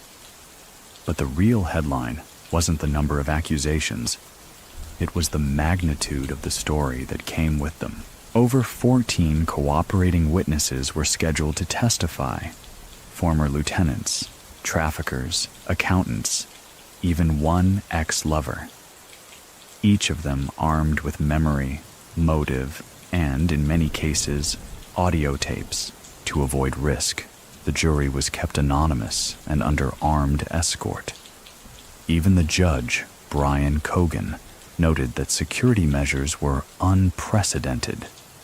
No other defendant in recent U.S. criminal history had been afforded or warranted such treatment. And Guzmán? He sat each day in a tailored suit, clean-shaven, expression unreadable. Sometimes he smiled at his wife. Sometimes he simply stared ahead. He knew when to play stillness like a card. One of the first major witnesses was Jesus El Rey Zambada, brother of El Mayo. He described bribes paid to Mexican officials, routes used to fly cocaine into the U.S., and even explained the mechanics of loading drugs into oil tankers. Each testimony, while specific, felt like a tile in a mosaic. When seen together, they revealed the face of a system that Guzmán had allegedly mastered. Then came Damaso Lopez, a former close associate who'd once helped Chapo escape from Puente Grande. His betrayal hit differently. He wasn't just a partner. He was part of the story. Someone who had eaten from Guzmán's table, protected his children, buried his secrets, and now he poured them out one after the other. Do you remember how obsessed Chapo was with detail? Lopez described encrypted phones smuggled in hollowed-out shoes, meeting rooms with double exits, orders given with a nod, never a word. If true, these weren't just anecdotes. They were habits hardened into operational doctrine. But perhaps the most surreal moment came with the testimony of Lucero Guadalupe Sanchez Lopez, a former legislator from Sinaloa and reportedly one of Guzmán's lovers. She took the stand trembling, remembering the time she accompanied him through a narrow tunnel while soldiers raided the house above. He was a man of power, she said, but he was always watching the clock. Powerful phrase, because many people still think Guzmán wasn't driven by greed or even fear, but by control. So what do you think? Did he crave wealth? Or the timing of everything landing where it should? Meanwhile, outside the courtroom, a different kind of war was playing out. The media called it El Chapo Theater. Crowds lined up for seats. Sketch artists tried to capture expressions he rarely showed. Reporters filled columns with breakdowns of his wardrobe, his posture, even the nod he gave his wife each morning. Emma Coronel became a presence all her own. Fashionable, composed, loyal. She sat quietly through every hearing, her gaze never drifting far from her husband. At times, she even smiled. At other times, she clenched her hands like someone willing herself still. There were leaks, too. Brief moments where wiretaps revealed not just strategy, but sentiment. In one recording, Guzmán scolds a courier for sloppy packaging. In another, he sends instructions to kill a rival over a missed shipment.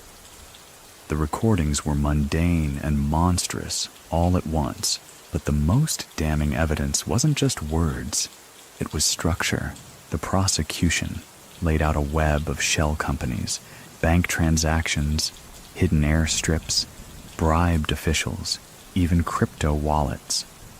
The Sinaloa Cartel, they argued, wasn't chaos. It was corporate. And Guzmán? He was the CEO with blood on the balance sheets. The defense tried to deflect, of course.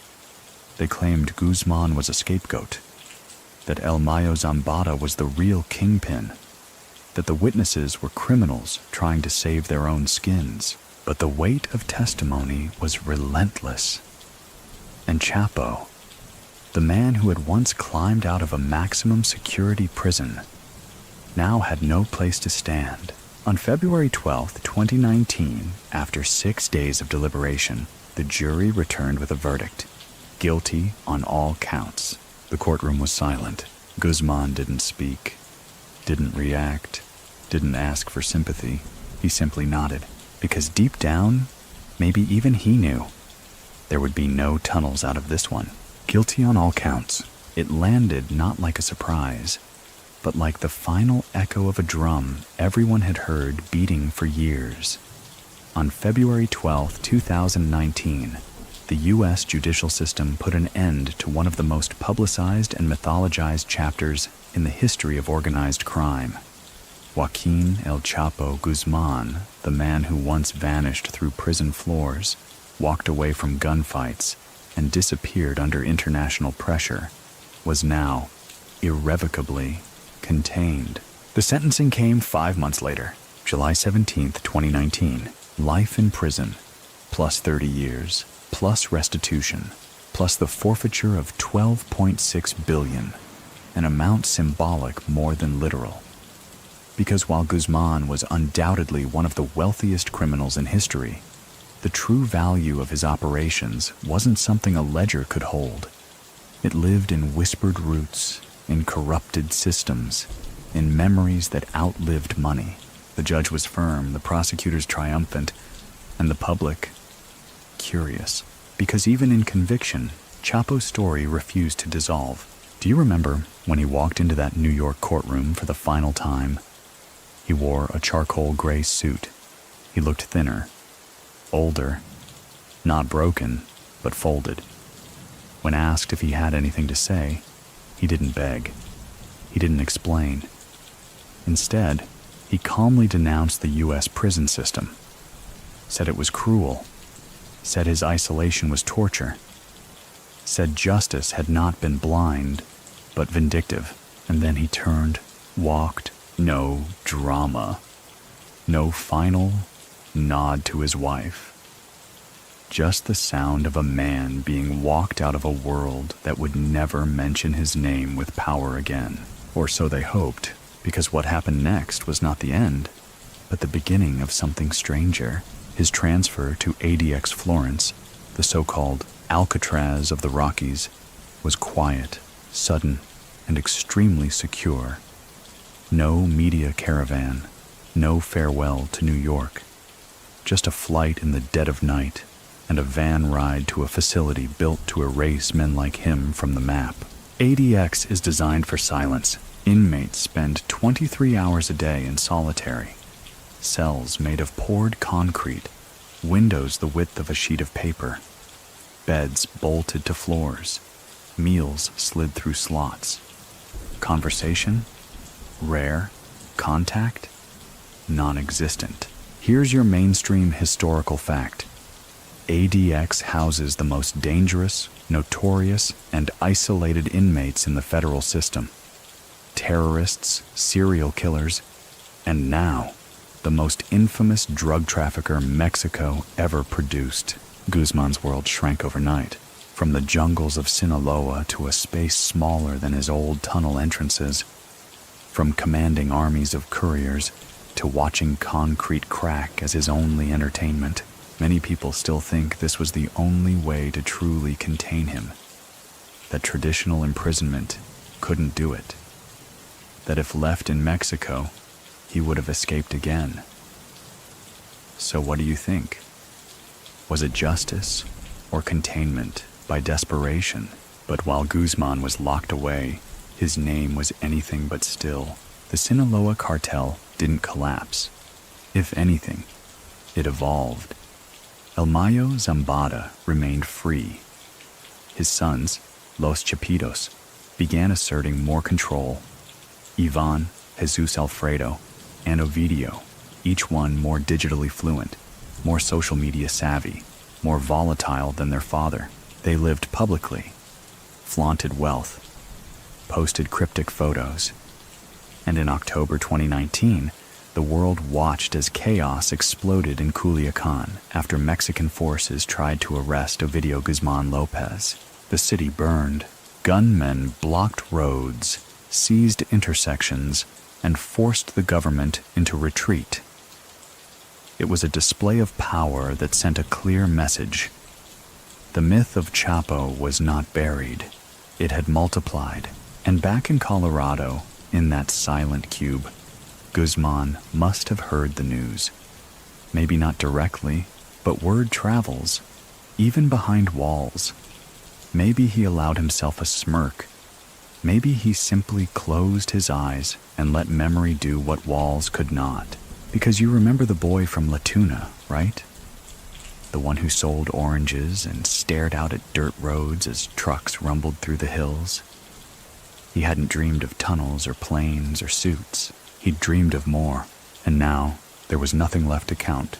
No shipments to time, no coordinates to send, only the sound of his own breathing in a space that never changes. But outside, the cartel breathes on. It fragments, reforms, swells in some regions, hides in others. It doesn't need Guzmán to operate, because it was never just about one man. It was about what he built, a structure that lived in the soil, in the silence, in the habit of movement. His empire may be leaderless, or perhaps not. Maybe El Mayo still sends quiet orders. Maybe the sons take the wheel. Or maybe Sinaloa has always functioned like a current, changing surface, same direction. One thing is certain, the extradition didn't end the war. It only shifted the weight, and in his concrete cage, El Chapo watches time pass, not in hours, but in dust. You might expect a man like Joaquin Guzmán, who once dictated schedules down to the minute, who escaped from prisons with surgical precision, who made governments look foolish with a tunnel and a motorcycle, to decay quickly when the silence sets in. But in ADX Florence, time doesn't rot you. It preserves you in stillness. Each morning begins the same. Lights on at 5 a.m. A tray of food slid through the slot. No human voice to greet it. The concrete walls are smooth, cold, and unchanging. There are no windows that face outward. The 4-inch slit in the wall gives light, but never shows sky. Even the air smells neutral, recycled, filtered, empty. For the first time since he was a child in La Tuna, Guzmán is surrounded by a world he cannot bend. His only human interaction comes during the rare legal visit or the brief, tightly controlled stroll in the recreation cell. A slightly larger box with a metal grate overhead instead of a roof. It's here that he can feel a fragment of the sky. Not see it, but feel it. The change in temperature, the whisper of wind, the hint of moisture before it rains. He doesn't write, doesn't read much. When he does speak, it's brief, polite, sometimes wistful. He asked once if the sun still hit the hills of Badiraguato the same way in the early mornings. No one answered. This is not torture in the cinematic sense. There's no violence, no beatings. But it is a kind of disappearance that walks around you while you're still breathing. You remember that phrase the prosecutor used in court. The most dangerous man in the Western Hemisphere. Now, he's the most isolated. More than 800 miles from the nearest Sinaloan trail, the man who once ran a global drug empire can't even pick his own meal. His wife, Emma Coronel, was later arrested and sentenced to 3 years for her role in facilitating communications and trafficking within the cartel. When the sentence came down, she nodded, just as Joaquin had when the verdict was read in Brooklyn. 2 lives, shackled not just by love, but by logistics. And the sons, they remain free, at least most of them. Ovidio was arrested in 2023 after a second high-stakes operation in Culiacan. But the power of Los Chapitos endures. Each son commands his own cadre. Each one holds parts of the inheritance. Some say they're more reckless. Others say they're more ruthless. All agree they're not their father, because Guzmán, for all his brutality, was methodical, disciplined. His violence was surgical, not theatrical. His power was quiet, not boastful. Where his sons flash watches on social media, Chapo once buried gold in milk cans and memorized routes rather than writing them down. There's a myth, maybe true, maybe not, that he once said, "The more noise you make, the easier it is for the storm to find you." Now he makes none, but outside the storm hasn't passed. The Sinaloa Cartel continues to supply a staggering portion of the drugs that enter the United States. Cocaine, methamphetamine, heroin, and increasingly fentanyl. It's no longer about stacks of wrapped bricks in trucks. Now it's about milligrams that can slip into packages the size of postage stamps. It's an evolution, but the ghost of Guzmán's system still drives it. Routes he mapped, methods he tested, philosophies he insisted upon. And his legend? It grows in places where legend has value. In villages across Sinaloa, his name is still sung in corridors. Murals still bloom on cracked walls, showing his face beside saints and martyrs. His story is told to children not as warning, but as cautionary folklore. The man who beat prisons, who built roads when none were offered, who gave when the state took. Many people still think he never truly lost. That disappearing behind American walls is not defeat, but retreat.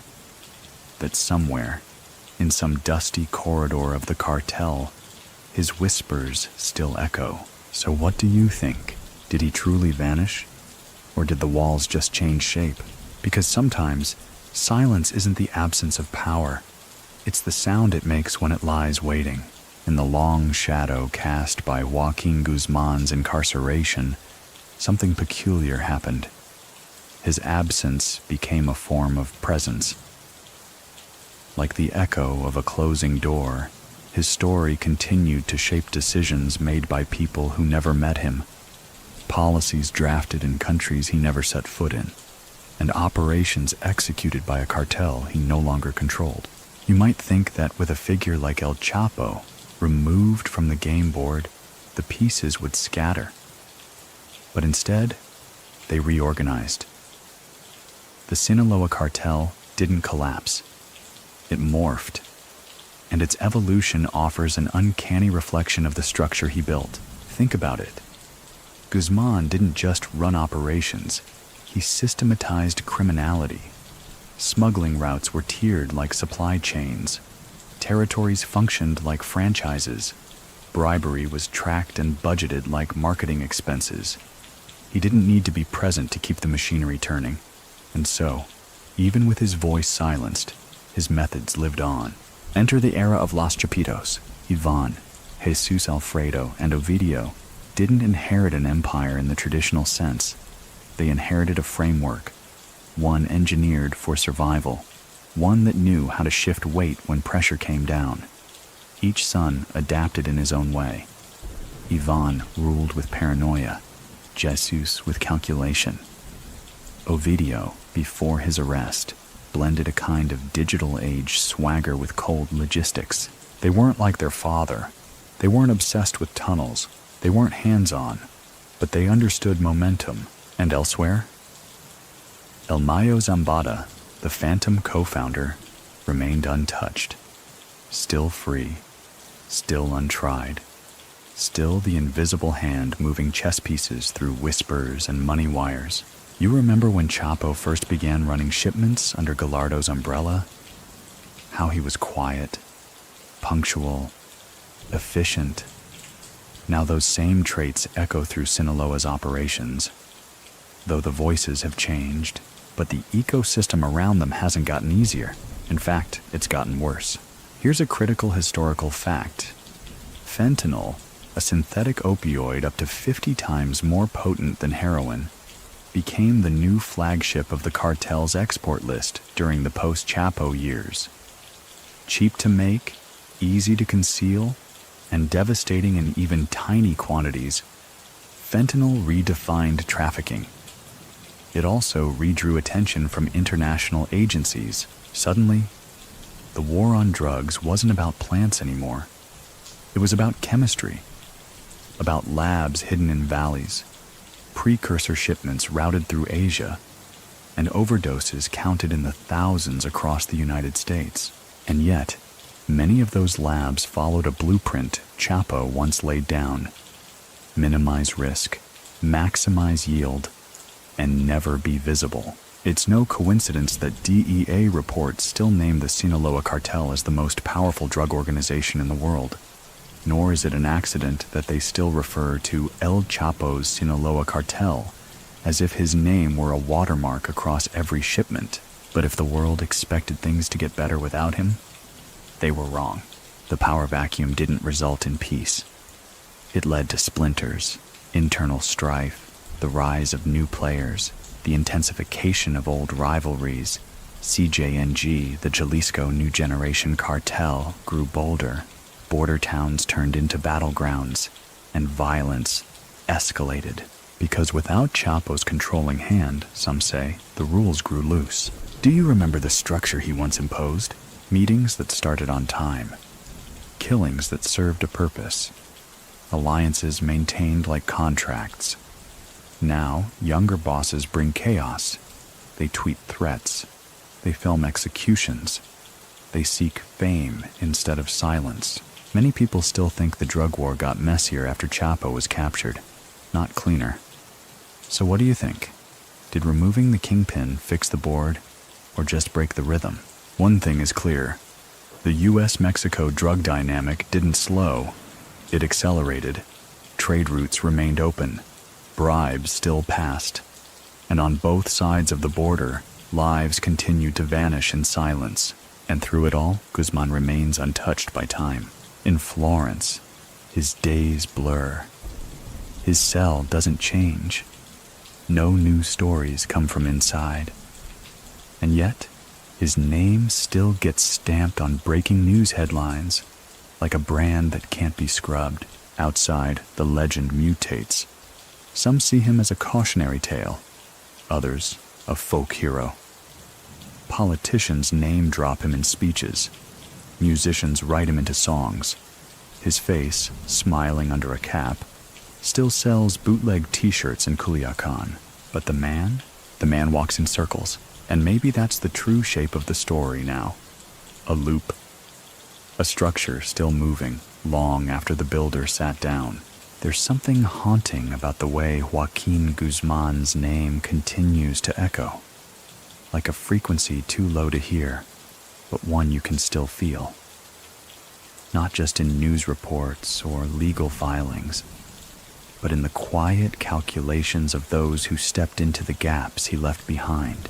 Even now, years after his sentencing, officials across the Americas still refer to cartel blueprints in terms of how Chapo would have done it. Not because they admire him, but because no one optimized the process of illegal logistics quite like he did. And yet, for all that systemic mastery, the world he left behind has grown more volatile, not less. Inside Mexico, the Sinaloa Cartel splintered, not destructively, but organically, like a hydra shedding one head and sprouting three more.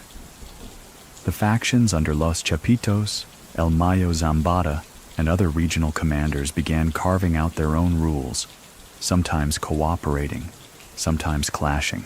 But what remained unchanged was the spine of it all, the architecture Chapo laid out during his decades in power.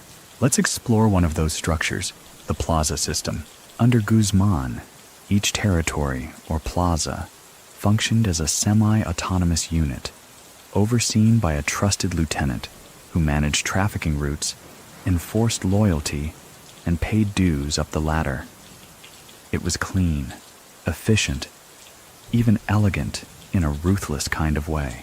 Today, those plazas still exist, but the lines are blurrier, the loyalties more fragile.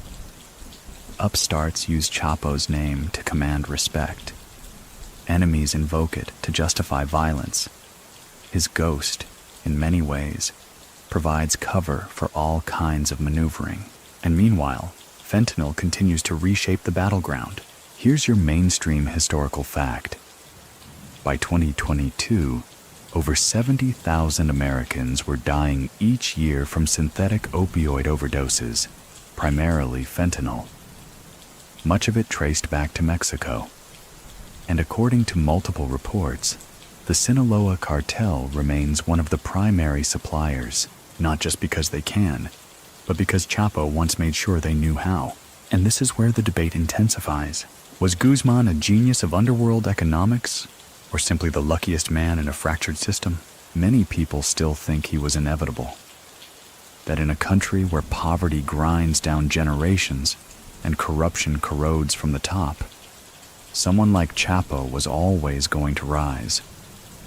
So what do you think? Was he an anomaly or a product? Back in Florence, he's silent on the matter. His day begins the same. Lights on, tray in. The air is cold, the concrete unchanged. He is 5'6", 66 years old, and no longer permitted to touch the outside world. His hair has thinned, his back aches. The man who once darted through tunnels and crossed mountain ridges on foot now shuffles in socks across 7 feet of floor. Still, even in stillness, his presence endures. In pop culture, his story is legend. Netflix turned his life into a binge-worthy character arc. Books dissect his rise. Podcasts argue over the moral dimension of his decisions. In song, he's a myth. In prisons across Mexico, his name gets spoken like a warning. Even in government offices, files marked with his initials are still pulled from drawers when new cases are built. His organization may have evolved, but its fingerprints remain everywhere, from the docks of Manzanillo to the stash houses of Chicago. And his family? Emma Coronel was released from U.S. custody in 2023 after serving time. She kept quiet. No press tours, no tell-all interviews. Her silence, much like his, became a statement of its own. The Suns continue to operate in the crosshairs. Ovidio's second arrest in 2023 sparked another wave of violence in Sinaloa, including open battles in the streets and civilian hostages used as shields. The message was clear. This bloodline still matters. Even U.S. officials, who once declared victory when Guzmán was sentenced, now tread carefully when speaking about Sinaloa. Because while the man may be gone, the machinery hums louder than ever. So where does the story go from here? Is this where the legend ends? A concrete cell? A legacy held by others? A myth carved into corrido lyrics and policy papers? Or is it still unfolding? Quietly, beneath headlines, beneath policy briefings, beneath the silence of one very still man in one very cold room. Because do you remember what made Chapo truly dangerous? It wasn't the guns, or the drugs, or even the tunnels. It was that he never rushed. He waited, calculated, moved when others slept. And now, though he's still... the empire he built, it hasn't blinked. By now, the image of Joaquin Guzmán has hardened into something surreal. Part criminal, part cautionary tale, part phantom carved into history. But the world hasn't let him go. His name still sells headlines. His face still anchors narratives. His myth, intentionally or not, remains monetized. And behind that myth, a deeply structured reality. Because whether you admire or despise him, El Chapo didn't stumble into power. He designed it. And what made him singular was not just his grip on territory, but on movement. Movement of product, movement of people, movement of information. He turned trafficking into choreography, drug routes into arteries, and timing into an art form. Everything he did was organized around flow. Keep the weight moving. Keep the cash invisible. Keep the noise elsewhere. And for a long time it worked. But now, the gears turn without him. And that raises a question. What happens to a machine when the mechanic vanishes? Let's look at the numbers. Sinaloa, as a cartel, continues to operate across more than 50 countries. Its reach extends into Asia, Europe, Africa, and nearly every major U.S. city. Cocaine remains a pillar. Meth continues to surge. Fentanyl has become the new crown jewel. And guess what? The infrastructure for all of it, labs, smuggling corridors, safe houses, money laundering mechanisms, still follows the same skeletal map Chapo refined. It's almost as if he's still there, giving orders. Only now, the orders come from echoes, from muscle memory, from protocol etched into every lieutenant's gut. Meanwhile, the political landscape around him keeps shifting. In the U.S., fentanyl dominates the drug policy conversation. Congressional hearings name-drop Guzmán, even though he's been sealed off for years. Narco documentaries still open with his silhouette. And DEA agents still reference Chapo routes when tracking new movements along the Arizona and Texas borders. In Mexico, he's become both a symbol and a scapegoat. Politicians run on promises to defeat cartels once and for all. while quietly negotiating terms of peace in regions too fragile for open war. Community leaders blame the void left after his arrest for the new generation's chaos: bosses without restraint, violence without structure, ambition without brakes, and then there are the tunnels. Even now, Customs and Border Patrol continue to discover underground passages along the U.S.-Mexico border. Some abandoned, some still warm, most eerily similar to the ones Guzmán favored. Deep, narrow, precise, functional, like chapters in an unfinished manuscript. You remember his obsession with timing? It wasn't just about shipments, it was about legacy. He built things to last, not for him, but for after him. It's why lieutenants didn't just learn routes, they learned philosophy: silence over spectacle, efficiency over ego, and yet the world changed. His sons, though ruthless, play by a louder set of rules.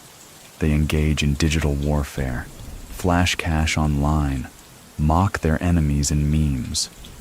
The old codes of discretion, of discipline, are cracking. The new cartel wars are louder, messier, more cinematic. And that makes the older generation, men like El Mayo, and even remnants of the Beltran Leyva organization, nervous. Because when Chapo ran things, the violence had purpose. It served a timeline. It made the next delivery easier. Now, there's violence for its own sake. Flash without plan. Killings that make headlines instead of openings. So what do you think? Was Guzmán a villain? Or the last disciplined one? A tyrant? Or a necessary control in a system gone feral? Many people still think the cartel world was more predictable with him in it. Not better, just clearer. And perhaps that's the strangest twist of all, that a man responsible for unimaginable harm, for thousands of deaths and billions in poison, could be missed. Not for who he was, but for what he prevented by being the center of gravity. But the world has moved on. Inside ADX Florence, the days grow longer. The lights hum on schedule. The silence, once a choice, is now a life sentence. And outside, his story becomes a franchise. Books, series, songs, government reports, academic papers, all trying to define a man who never wanted to be seen. His legacy, still moving, still shifting weight, still leaving behind maps others follow, even if they no longer know who drew them. And maybe that's the final irony, that the man who once vanished into a tunnel beneath a prison now exists in everything built to replace him. This is where it all converges. Not in the blaze of a gunfight, or the hum of a tunnel, or the ink of a headline, but in stillness. In the slow, unglamorous exhale of a story whose rhythms have finally softened. Joaquín El Chapo Guzmán, once the architect of quiet revolutions beneath borders and bureaucracy, now spends his days in silence, measured by overhead fluorescent lights. He wakes when they wake him, sleeps when they allow it, eats what is given, speaks when spoken to, which is rare. The man who once kept entire countries guessing about his next move now has none left. But here's what makes that fact so strange. His presence hasn't disappeared. Not really. His legacy is coded into systems that still function. His name, though ghosted in court transcripts and redacted in government files, still directs conversations behind closed doors. He is a man removed from his empire, yet still stitched through its seams. In ADX Florence, the walls are made not just of steel and concrete, but of deliberate absence. It's engineered to erase movement, choice, power. But Guzmán, by sheer scale of what he once built, defies even that. His stillness means something. Even now, when law enforcement uncovers a new tunnel, deep under Otay Mesa or Calexico, They describe it as Chapo style. When a multi-ton shipment is seized in the Gulf of Mexico, journalists call it a Sinaloa playbook operation. When smaller cartels mimic his organization, analysts still trace their strategy back to the bones of what he built. Do you remember the corridos? The folk ballads once sung about him with swagger and brass? They're softer now, slower, more like elegies than anthems. And in those towns, he once ruled from the shadows. Badiraguato, Culiacan. People speak of him like a relative who's passed, not forgotten, not forgiven, just placed gently into the space that memory leaves behind. Yet many people still think he's not finished. So what do you think? Has the empire truly outlived the emperor? Or is he still there, buried in the protocol of lieutenants who never knew him, but still call him Senor Guzmán out of habit? We may never know. And maybe that's the truest kind of legacy. Not carved in stone, but folded into function. Not declared in public, but humming beneath the surface, like a tunnel no one's found yet. And as the years stretch on inside that cell, as the sun moves past the Rockies without permission or pause, there's only one story left to tell. Not of escapes, not of killings, not of billions stacked in warehouses or mayors bought with envelopes, but of stillness. Because now, there's no more motion to measure, no more corridors to crawl, no more watchers left to outwit. Just time, long, wide, unbending, and a man who once built a kingdom underground, now buried above it all, in the silence he once used as a weapon. He does not speak, but everything he left behind still does. And now, as our story fades to quiet, let your thoughts drift. Not to the violence, not to the noise, but to the still places in between. Imagine that empty tunnel, deep beneath the earth, long abandoned but perfectly intact, the rails unmoving, the walls echoing with memories, not footsteps. It leads nowhere now, but it once led to freedom. Let that be the final image tonight. A corridor into the past, because sometimes the most dangerous man in the world doesn't leave behind a crater, but a whisper, a rhythm, a system that keeps walking long after the boots are gone. So wherever you are right now, whether it's midnight or morning peeking through the blinds, breathe slower. Let the air settle. Let the story sink beneath your skin like the last glow of candlelight. You've followed a man through the rise and fall of empires, through soil and steel, through silence and spectacle. And now, he rests, and so should you. Let the lights dim in your thoughts. Let the footsteps slow. Let the tunnels narrow into dreams, because the empire is quiet now, and the night is long, and this moment is yours.